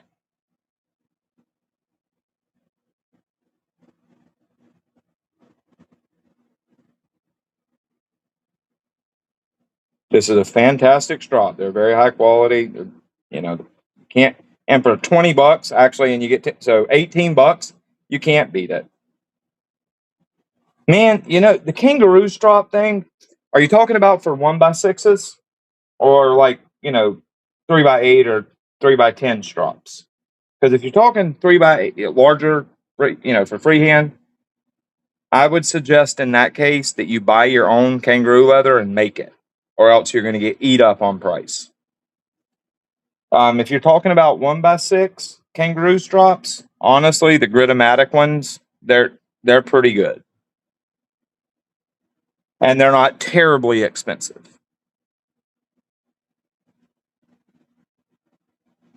Yeah, exactly, James. They're using high quality leather. They're good people. They make a great product at a fair price, at a more than fair price. Like, I like them. I really do. Out of every strop I've got from them, the leather is butter smooth. Just good quality leather, and yeah, for the money, can't beat them. Yeah, man, Tactical Center. That's it, brother. Because if you go and buy like larger freehand strops, you're gonna pay like $60 to $80 for kangaroo leather strop. When you can buy, you know, a square of kangaroo leather for probably $40 and make you two or three freehand strops out of it. As far as compound, okay, right here.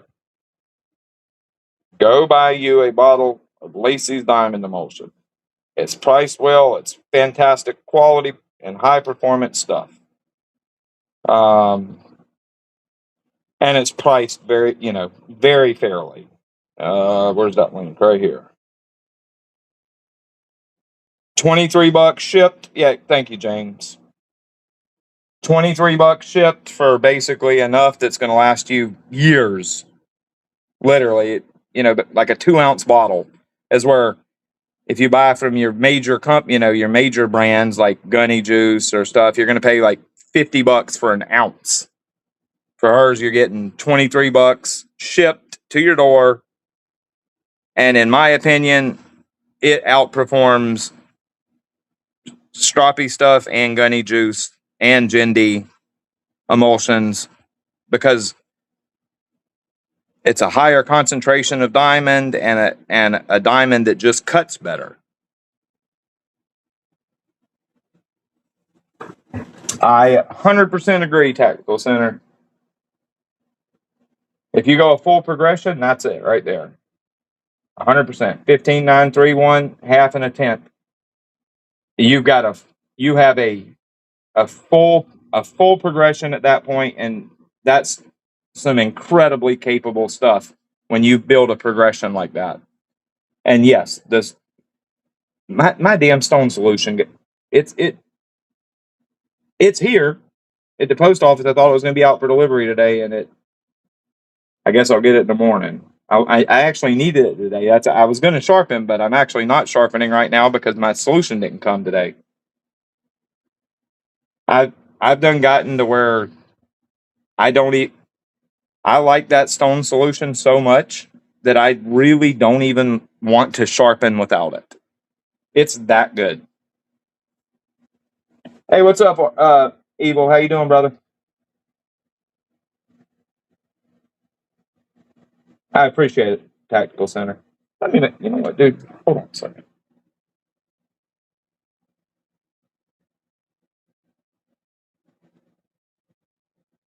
There you go, bro. I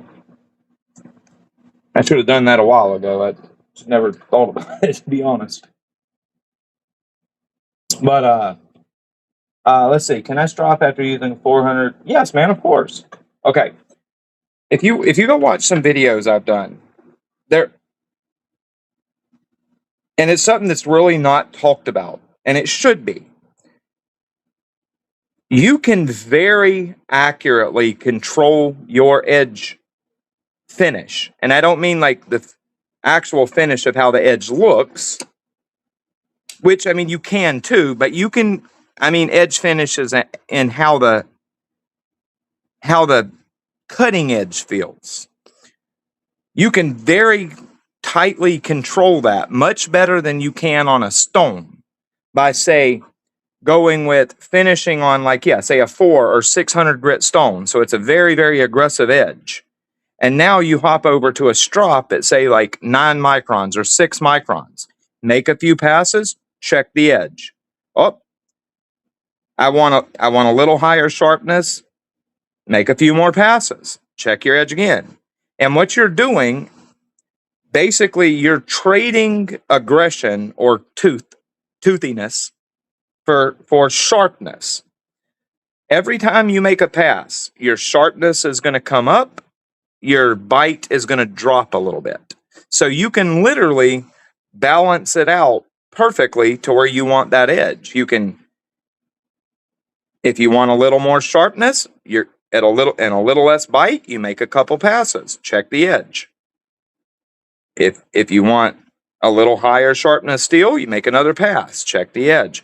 You can dial your edge finish perfectly by using that method, rather than, let's say, going, a 600 grit's going to be a little too aggressive for you, so then you go to, say, 1,000 grit stone. When you do that, you don't have that level of control that you will by finishing on a lower grit and then using a strop progression to really dial that edge into exactly how you want it to be. I need to make a video. I've talked about it multiple times in videos, but I really need to make a video going in depth on that in itself, because you really can dial your edge in perfectly, which you can't do on stones, but you can on strops. Let's see. I try and document much of the stuff I learn in general. That's why I'm a wealth of. I'll tell you, Tactical Center, brother. One thing you are a wealth of knowledge, brother. You are a wealth of knowledge. I very much enjoy a lot of your comments. You come on there and you really put out some in-depth and very accurate stuff. Like, it's nice to have people on the channel, you, Aiden, and a couple other guys like that, like Sammy, yeah,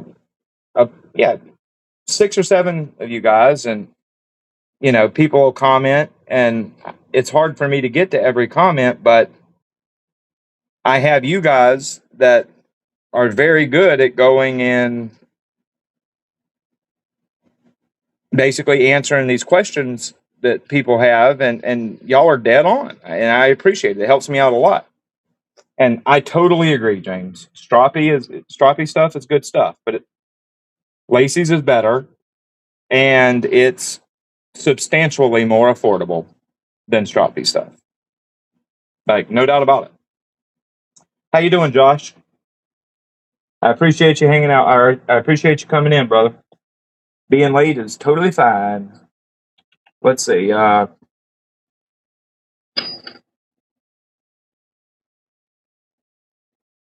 Let's see. Interested in nice plus crew wear my card and man. Oh, that's a solid deal. $151. Yeah, that's solid. Let's see. Evil. Yeah, they're having 20% under map right now at pretty much every retailer. I need an in-person class. Start something cheap. I mean, Rachel, are you talking about a stone setup? My advice is, if you're going to start with a stone setup, don't go dirt cheap. What's up, Number Now? How you doing, brother? How you doing, Ground Fog? You're welcome, Evil. Yeah, those stones, man. I mean, they're nothing great, but for $10, they will certainly get you a sharp edge. That hair whittle. You can get hair whittling edges off of them. Man, guys, if there was enough of you guys that if y'all wanted to drive down, I could get like a little conference room or something. I would happily do a course. I would happily do a course and an instruction course on freehand sharpening. I would love that, actually. If we could get together like 10 people or more to do it, I would happily do it. I'm getting a work sharp to try them out on. Well, let me see what Rachel said.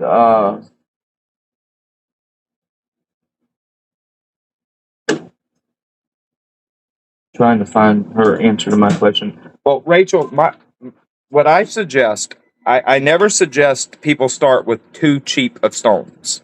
Okay, and the reason is cheap stones cut poorly. That's the number one problem. And when you're learning sharpening, the worst thing that there is having a stone that cuts so slowly that you don't see progress. The more passes you have to make, the more opportunity there is for mistakes. So what I suggest for anybody that's just starting freehand sharpening, don't buy a cheap stone. Do not buy a cheap alumina stone or anything like that. All it's going to do is cause you problems. Go on Amazon and buy this right here.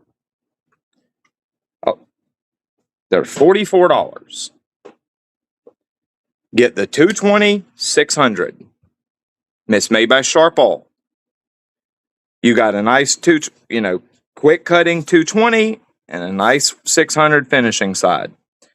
This stone right here is going to cut fast enough that you're going to be able to see progress with every pass or two. You're going to see the stone cutting. You're going to be able to see the scratch pattern change with literally every pass. It's not going to take very many passes before you've raised your burr. And as a beginner sharpener, that's incredibly important. You don't want to have to make 300 or 400 passes before you start to raise a burr, because it's just going to cause you all kinds of problems. A 220-600 diamond plate, and don't go with the cheapest diamond plates you can find. Like, there's a lot of $20 diamond plates out there. My advice is, don't go that route. Spend $20 more and get you a good quality diamond plate. This right here will be your best friend when you're learning to sharpen. It no doubt about it. That will be your best friend in learning freehand sharpening, specifically because it cuts fast enough that you see progress. And that is critical in learning to freehand sharpen. I'm going to put the link up for the all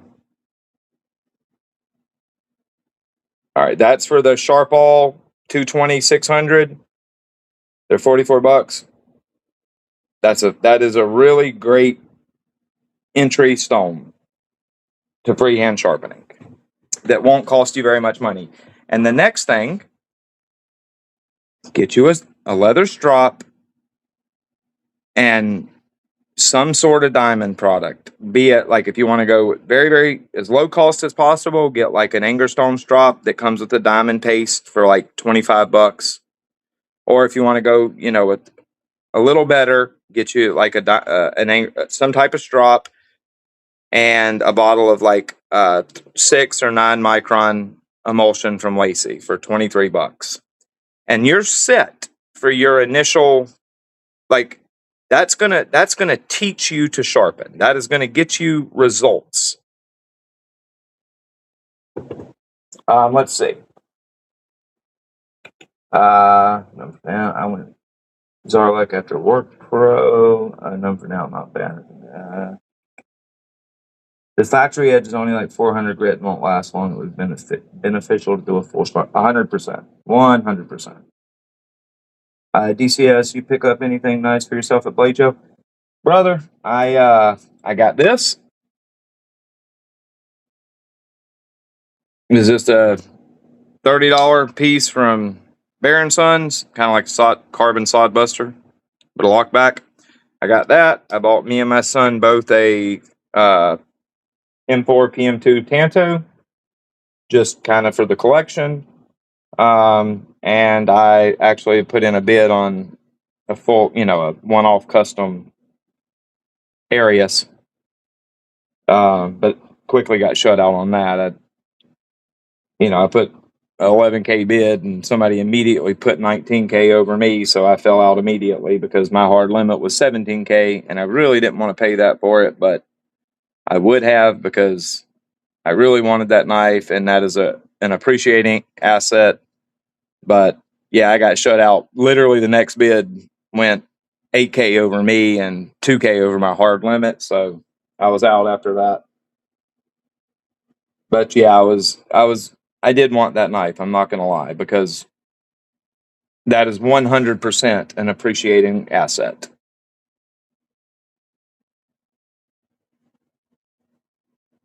I'm pretty sure it probably went upwards of 30K.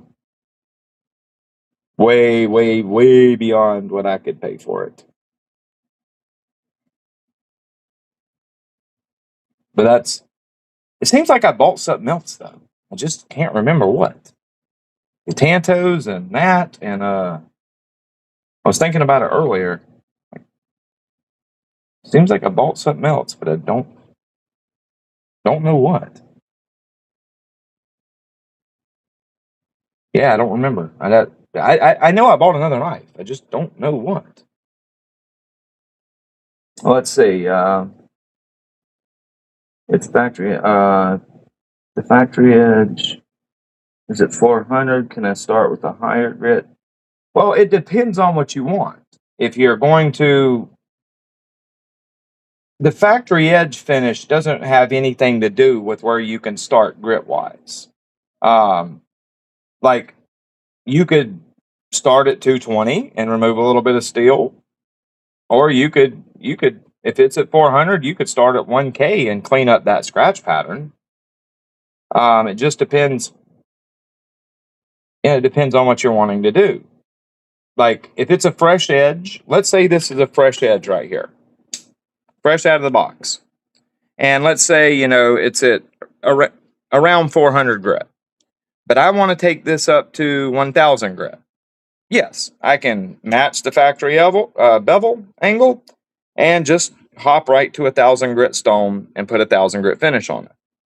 Now that's personally not what I would do, because that factory sharpening is heat fatigue. That edge is heat fatigued, burnt, whatever you want to call it. I don't like calling it burnt, so I call it heat fatigue. But that steel is heat fatigued, one way or the other. So what I would do, I would go to, for example, like a 200 grit stone.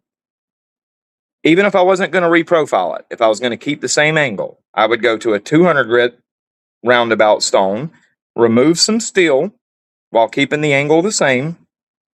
Then I would probably go 600, 1K. Or, depending on the stone I'm going to use, I may go straight from the 200 to the 1K if it's a fast cutting stone. But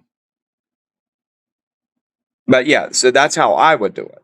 Now, if you don't want to go to that coarse stone, you could just jump straight to a 1000 and go, say, 1000, 2000, and on up. And you would be totally fine. The Tanto, how's the Tanto? Thinking about getting one, but no. I'll be completely honest. I bought that knife when we bought those. We have a lot of PM2s. That was specifically a collection piece. I will never. I have the Satin M4 Jade version from a long time ago. I've never carried it. I will never carry this one. I personally don't like Tanto blades all that much. So you want a mirror edge? Okay. In that case, if you're targeting a mirror, how I would do it is this way. I would go ahead and alleviate that factory scratch pattern. So, don't even worry about where the factory scratch pattern is. I would go with the lower grit. I'd start with my lowest grit at, say, like around 320. 300-ish grit. I would remove all the scratches from the factory sharpening, and then I would run up my progression from there. So I would go, let's say, I'd go 320, 600, 1K, 3K, 5K, and wherever I wanted to go up to. But I would go ahead and just fully remove that factory edge, and I would set my bevel with me a coarse stone. That way, any little imperfections and stuff that are in the bevel from the factory sharpening, I'm going to get that out with that coarse stone, rather than go with a finer stone and then later down the road realize, damn it, there's a scratch that I haven't, a really deep scratch from the factory edge that I missed and didn't get out. And now I'm going to have to go back and redo everything because I've already run up to like 5,000 grit before I noticed it. And I'm never going to get that scratch out with a 5,000 grit stone. So just go ahead and set your edge yourself and go with a lower grit stone to start than the factory edge bevel is already set at. And then just run up your progression from there. Trust me, it will save you a headache. It will save you a headache later down the progression. DCS, are you able to make a kit on Amazon? I don't know how to do it. I know that people create like a Amazon shopping cart where I can put a link, and then you guys can click that link and it'll take you to all my suggested items. I know that that can be done because I've seen it done, but I don't know how to do it. If anybody knows how to do it, please let me know. I would love to do that for you guys, because then I could build y'all a beginner, you know, for entry level sharpeners, this cart, and for, more advanced, and then knife deals and the whole 9 yards. I could just set up shopping carts that way, and y'all would be able to just click and go see everything that I put in it. But I don't know how to do it. Yes, I really, really like that. Even that yellow synthetic, it looks pretty cool. It's got a good little pocket clip on it. It's a cool little knife, man, for $30, and it's in carbon steel. This is cool. I really like this. This is the first thing I bought there. Hell, I mean, to be honest, if it wasn't for my son wanting the PM2 Tantos, I may not even have bought them. This probably would have been the only thing I walked out with.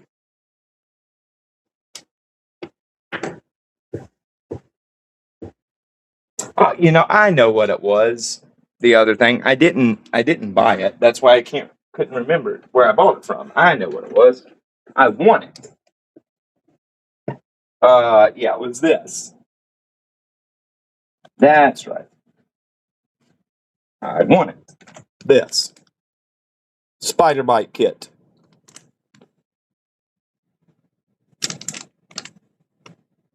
Yeah, I won this from SMKW. So I knew I got something else. I just couldn't freaking think of what it was.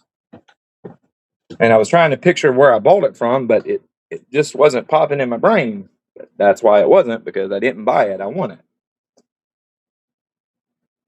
it. Yeah, cheaper than a Sodbuster, and I'll tell you, that is one smooth knife, buddy. Like, that is I don't know if they're all that way, but that one is butter smooth. I like it. I like it. Only problem with it is, and I mean, I'll clean it up anyways. It ain't that big of a deal, but they kind of wrecked that tip on the factory sharpening. This side's good. This side is wonky. But I'll fix that. It's no big deal.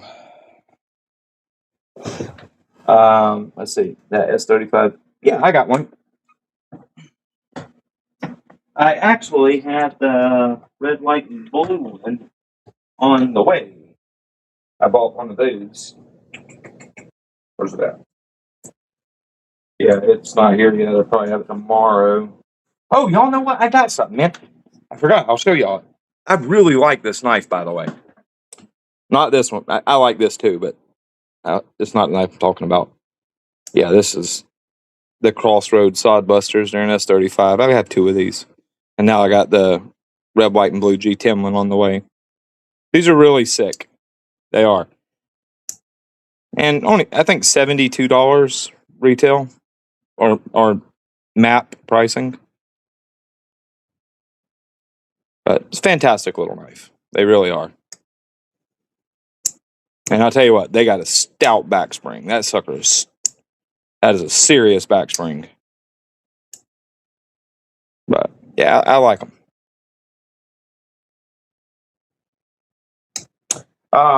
This knife right here, I went ahead. It was a SMKW exclusive. I ordered it when it dropped. And I like it. I actually like it quite a bit. Now, question is, and I'm going to tell you, the only reason I bought this was because that Kaiser Rook in 10D performed really freaking good. Now, all the other 10D I've had from them was not very good, but the Rook was good. So this popped up on SMKW for, I think, $59. Yeah, $59, I think. and what's it called? The microbe. And it's in 10V.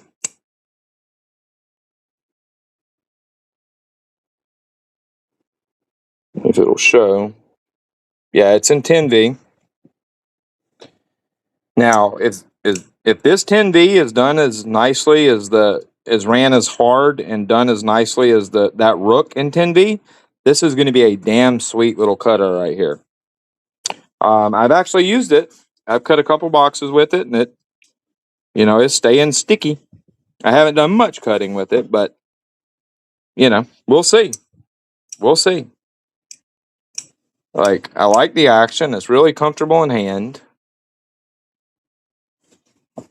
If that 10V is done pretty decently and it's actually ran reasonably hard, this is going to be a damn good little performer right here. But for $59, I couldn't say no. Do I expect it to be done like that, as good as that rook? No, because all the other 10V I've had from them has left a lot to be desired.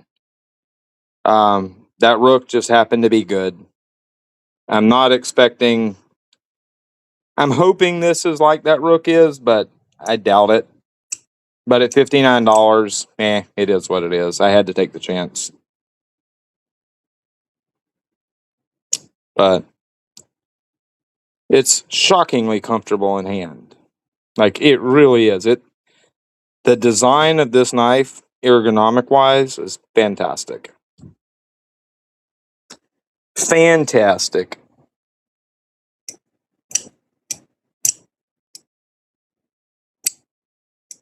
Yeah, I like this.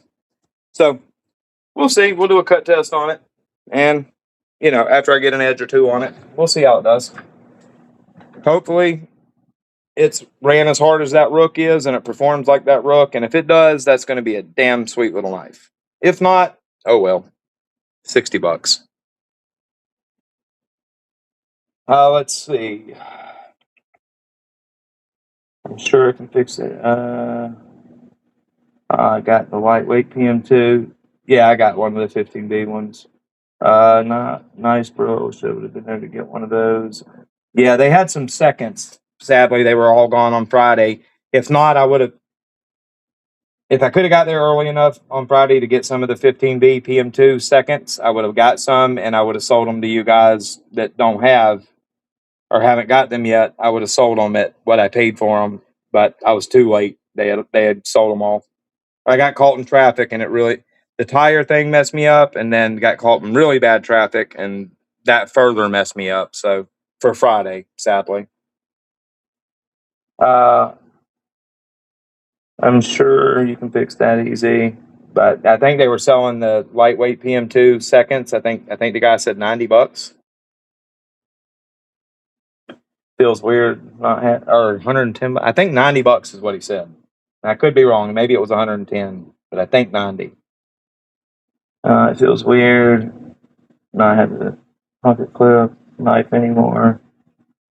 I saw those. How's the coating holding up? Well, I mean, it's holding up. The coatings, I think it's a paint. I think that's paint, actually, not a coating. So it's probably going to wear quickly. But I mean, I've cut a decent bit of cardboard with it, and it looks perfect. So we'll see.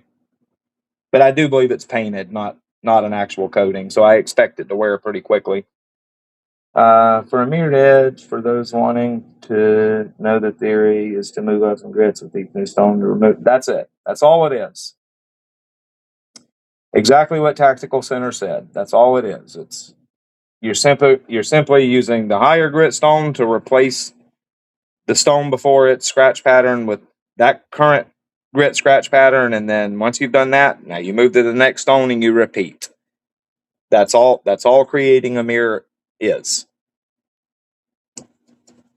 You really should start to see a true mirror form, not a hazy mirror, but a true mirror in that 5,000 to 6,000 grit range. So long as it's a true 5,000 to 6,000 grit. But, grit ranges can be all over the place.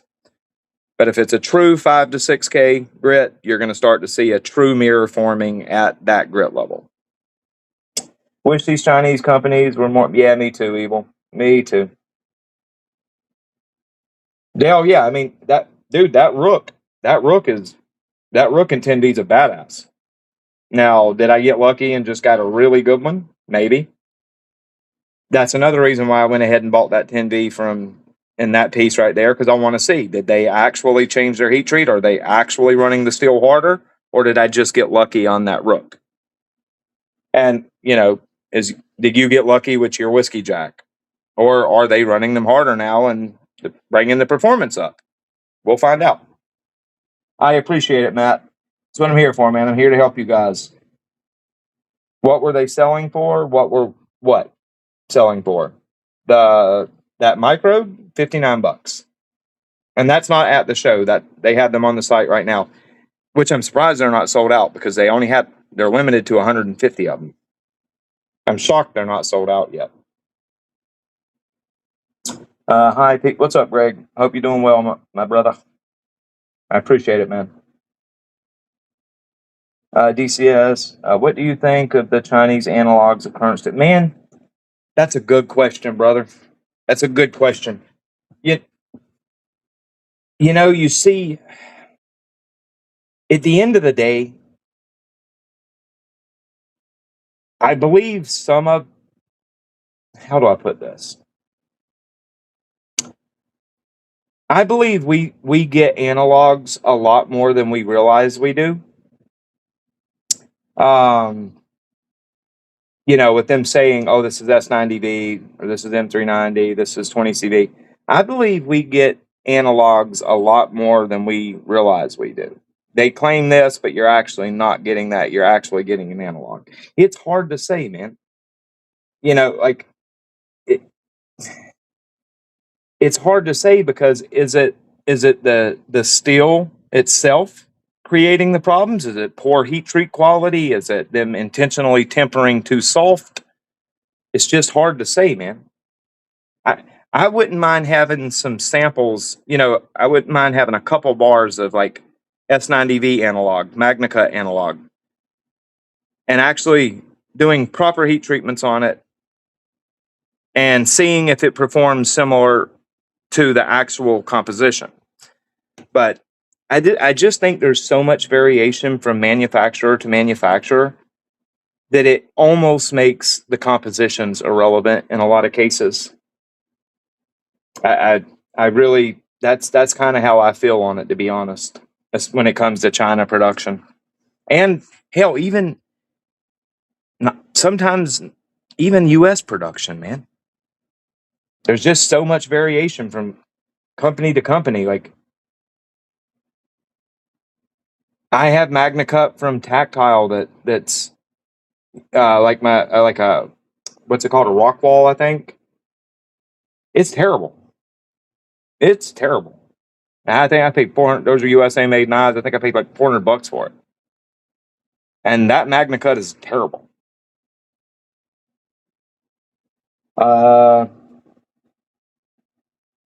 Tactical. Have you checked out Taylor Hardness?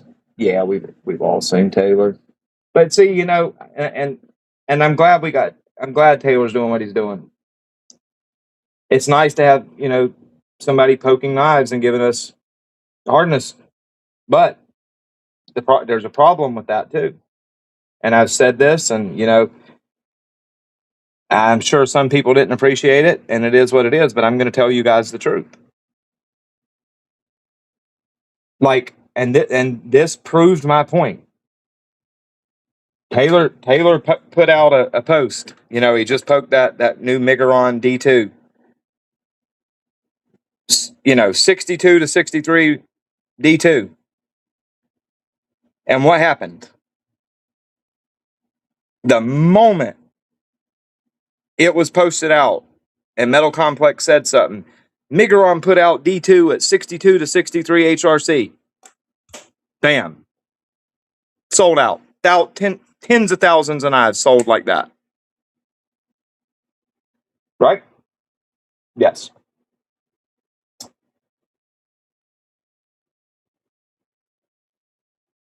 how do I say this without sounding like, okay, this piece of steel right here, let's just say this is 1095. I can heat treat and temper this piece of steel right here to about 65, 66 HRC.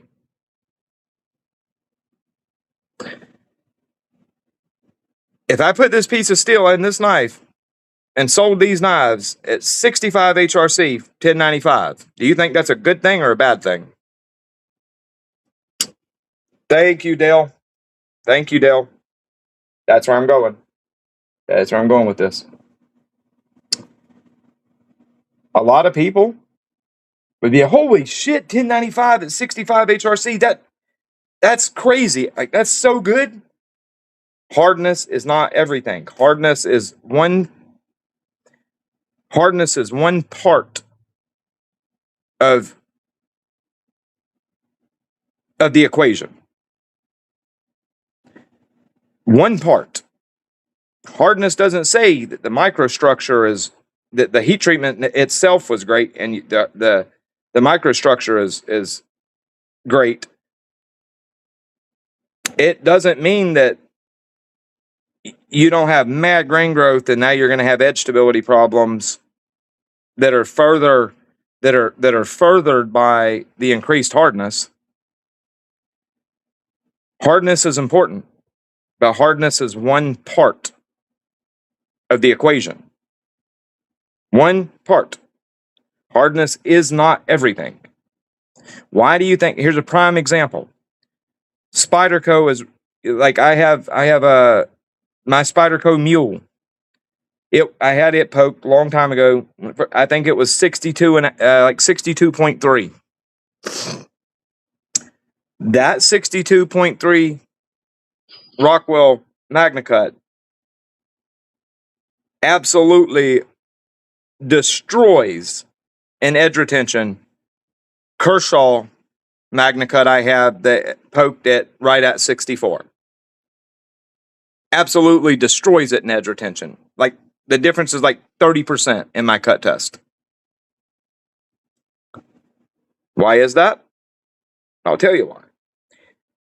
The heat treatment itself is better on the Spyderco knife. The microstructure is better. There's more edge stability, which means there's more apex stability. And that 1.5 point softer hardness is being made up for by that better microstructure, creating a more stable apex. Simple as that. Hardness is not everything. Hardness, it is important, no doubt about it, but it is not everything. And what I don't want to see happening is basically consumers saying, oh, that piece of steel is at 63, so it's great, let's go buy it. And then it just becomes a numbers race to who's going to run MagnaCut at 65, who's going to run S35VN at 64, in factory heat treat scenarios. That can create serious problems. Hardness is important, no doubt about it.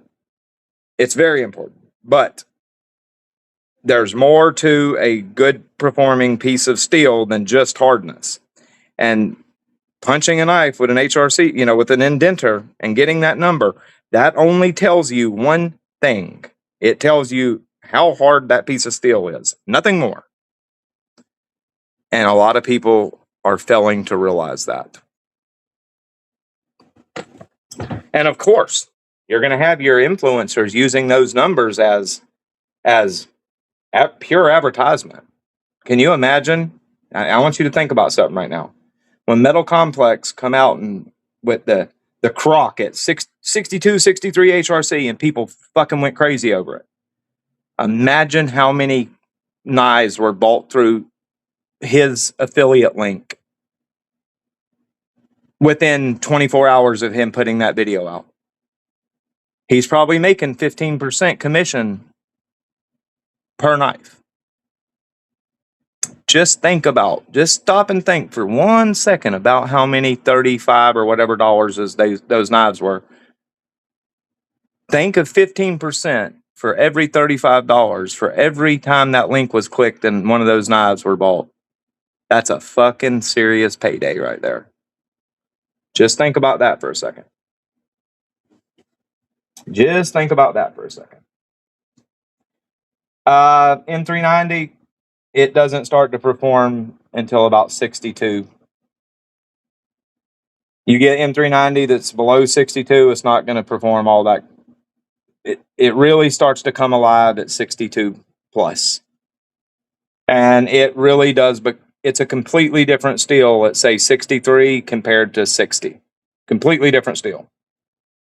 You get M390 that's well done, that's ran at 63, 64 HRC, that is a damn fine performing steel composition. But M390 that's down at 59, 60, even 61, it leaves a lot on the table performance-wise.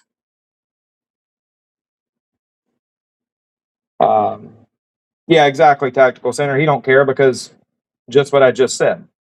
He probably made $10,000, $15,000 in affiliate money in that 24-hour period, maybe more than that.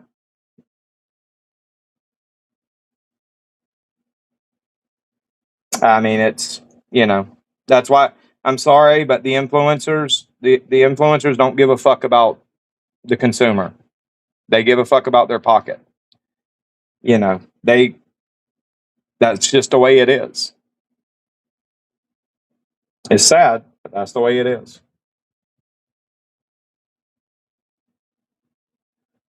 Like, you think I'm gonna keep my mouth shut because I'll go on a tangent. I want to say this, and there's 24 people in here. I wish there was 1,000 right now that could hear this one thing.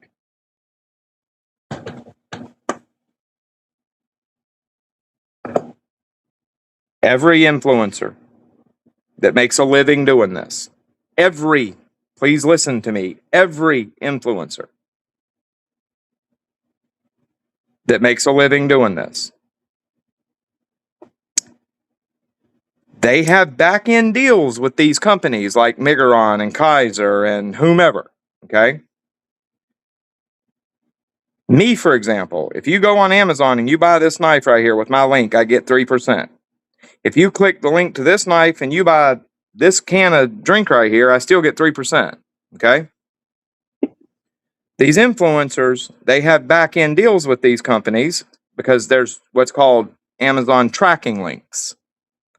So while they get their 3 to 4% for you clicking their link and purchasing, if you purchase the item that link is for, they have a back-end deal with the company that can be 10, 15, 20, 25%. Just think about that for a second.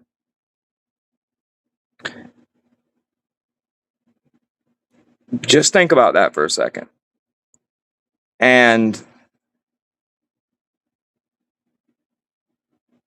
well, I'm gonna. I don't want to say something and piss people off. Like, you guys know where I'm going with this. I don't want to call anybody's integrity into question, but I will say this. Anybody who is making a living doing this, their intent is to eat, okay? And they eat by those link clicks. And they care more about eating than they do you getting a piece of steel that doesn't perform good. All right? And I'm going to leave it at that. I hope you guys understand what I'm saying.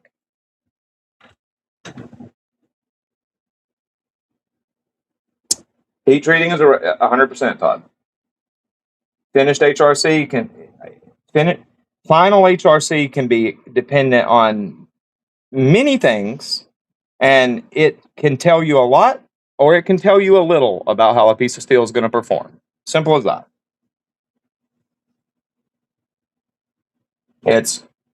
If think of baking a cake. If I forget to put egg in that batter and I do everything else beautifully, well, what am I going to come out with? You know what I mean? Or if I make the batter perfectly and I set my oven at 500 degrees and I cook that cake, what's going to happen? It's heat treating is literally like baking.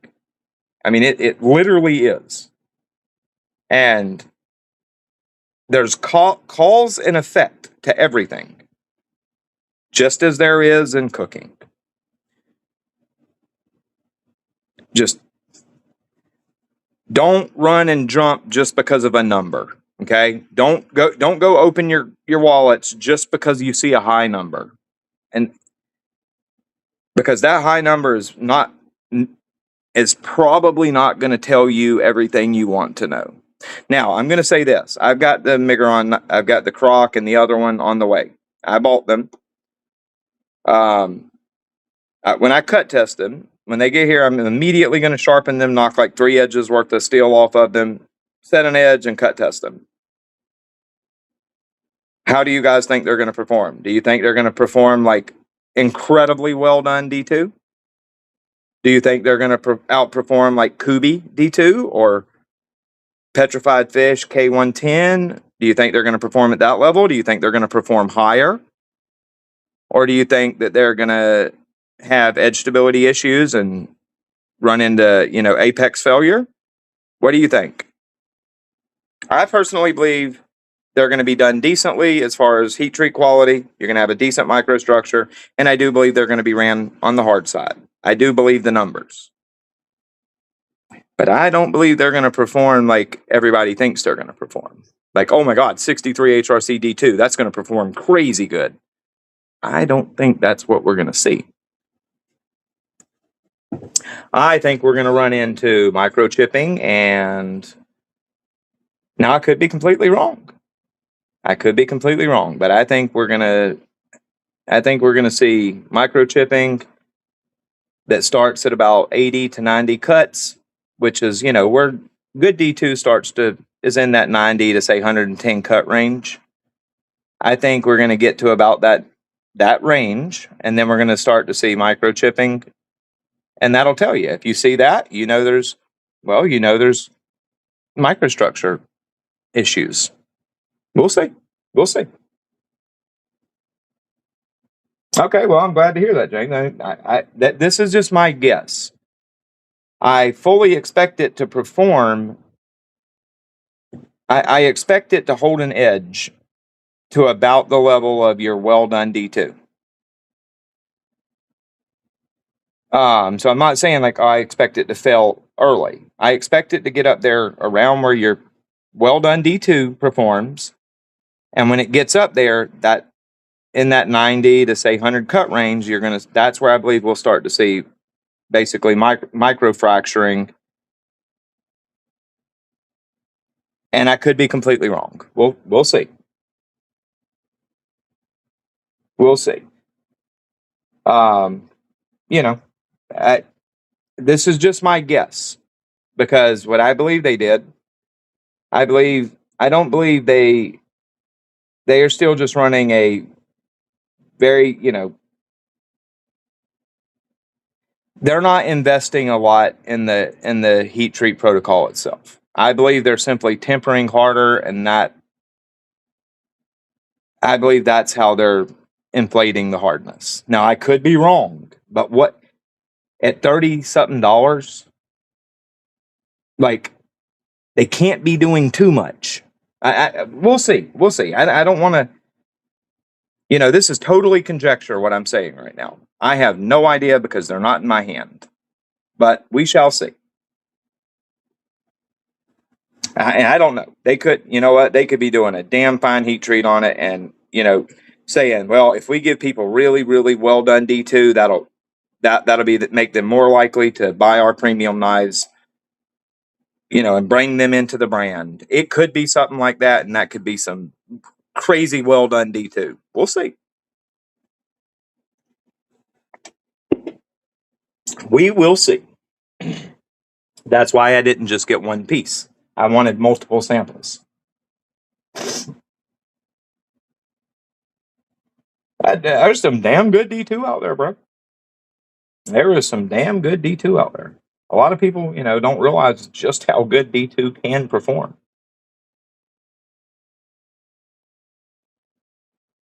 Yeah, James, I mean, I would love to see it to where that is a very, very well heat treated piece of D2 that's ran, nice and hard, and really give people a damn good performing piece of D2 at 30 something dollars. I truly hope that's the case. Remember, I have no experience with Migron. I've never handled a knife from them. These knives that I just ordered, these will be 100% taking my Migron virginity away. So, I really have no expectation of what is going to be in that box, performance or quality wise. Maybe they're going to put out a damn fine $30 knife. We'll see. I don't know. I don't know. I take your word. I mean, you're saying it's done good. I believe you. Let's see. And that's an expensive one to go missing. What went missing? If it holds its own against 61 RCD2, and if so, how much better? Yeah, I mean, I'll tell you this. If it blatantly just significantly outperforms Kubi D2, I'll say good job, Migron. Like, Kubi D2 does perform extremely well. If they just blatantly outperform it, then they're going to I'm going to definitely give them a double thumbs up. I had a dozer that just, that hurts. Damn. Yeah, I'd be sick at that. Like a dozer custom, yes. If so, that's a punch in the nuts.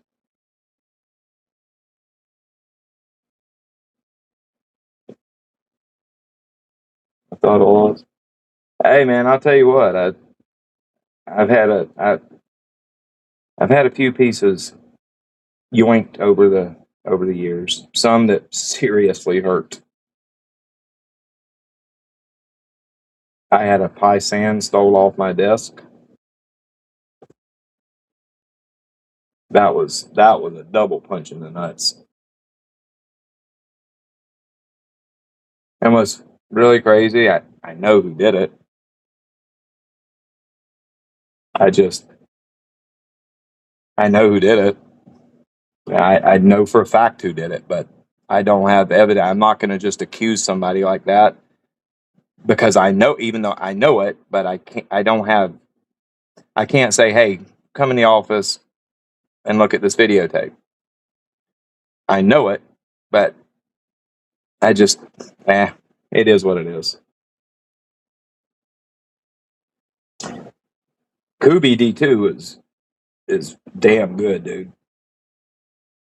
I said for a long time, Kubi. Now I'll tell you, that damn K110 from Sativian or CCFFCC, it's done better than Kubi D2. Absolutely. But for a long time, I said without a doubt, Kubi does the best D2 that comes out of China. And, but Sativian, man, they own that. That's their CCFFCC is Sativian's like really low budget brand. But damn, they do some good D2 or K110. Yeah, like seriously good. I have multiple pieces of it, and every piece is really good.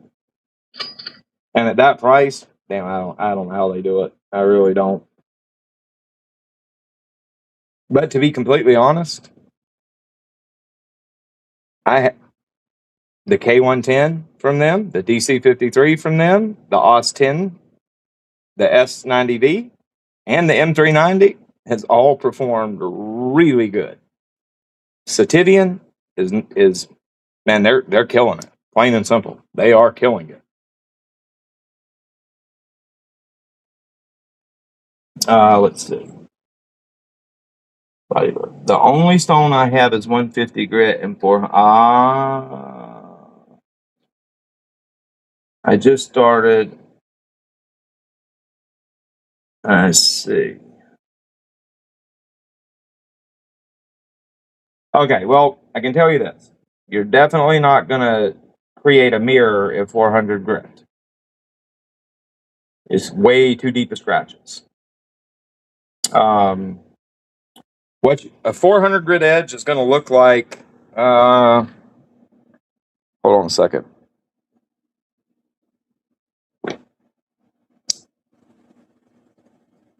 That's going to be overstropped. What is this at? Try to find you basically what 400 grit, like a true 400 grit finish is going to look like.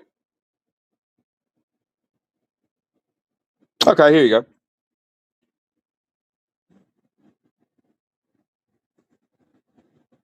That's about what, your 400 is going to look like. It's going to be a nice matte finish. You're really not going to have reflection at 400 grit. It's just going to be a nice matte finish. If I'm not mistaken, this is done right here. This knife was finished on a 400 vitrified stone.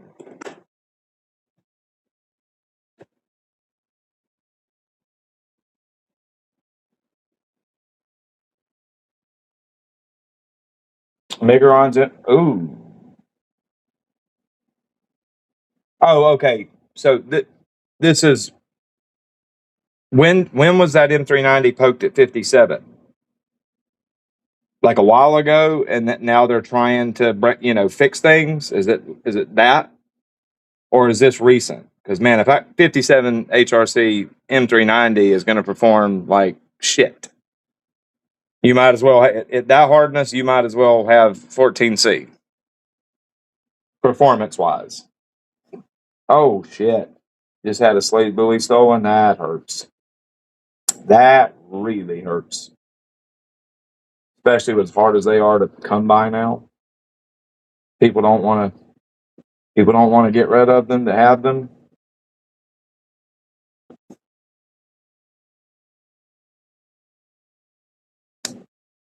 Yeah, I agree, James. That'd be a mad motherfucker. But I mean, over my pie sand, that you know how hard they are to come by, and big money nowadays.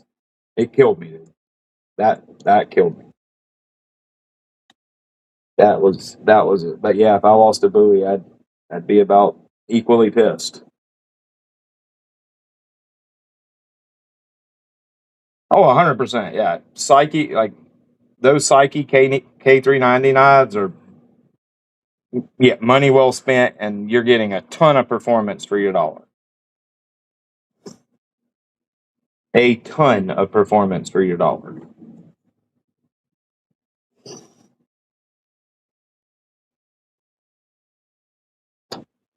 If you want, when you start getting into 600 to one, like you're going to start noticing some reflectivity at around 1,000 grit. You jump up to it. You jump up to like a true 600. You're going to start getting more to that satiny look. But remember, every every company is grit rating is different.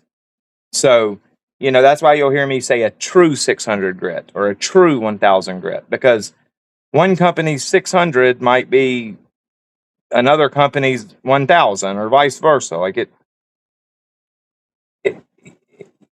it's really hard to say unless you're familiar with that company, with how that company rates their grits, basically.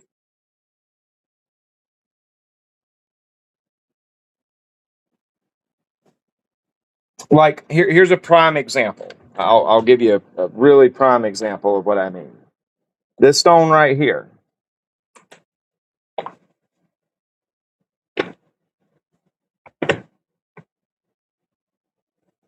Here you got, you know, a metallic bonded CBN 50 grit.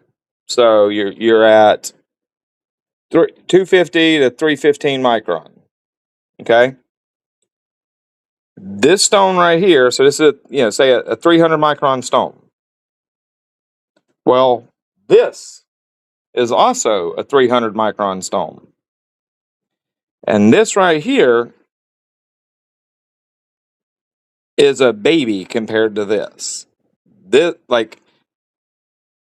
stone right here acts more like a, I don't know. This 200 is more aggressive than this 50 grit. Okay? And that's why it's very hard to use a company's grit rating and compare it against another company's grit rating, because there is no standard. They're all different. Shit, guys. I'm gonna have to call it. My phone is about to die. I'm at 2%. I don't want to just cut off on y'all. This was a super fun live. Most of you guys hung out with me for like 2.5 hours. I really enjoyed this. Thank you, everybody, for hanging out. Yeah, it was fun. I enjoyed this very much. I hope you guys enjoyed it. Thank you to everybody for chatting with me and, yeah, letting me have fun on a boring night. So I want to say good night to everybody, and I hope y'all all have a fantastic week. And there's going to be a lot of content coming up this week, and some 8 p.m. tomorrow is going to be a really cool sharpening video. You guys don't want to miss it. Make sure you're there for it. Y'all have a great night. I appreciate it. Peace.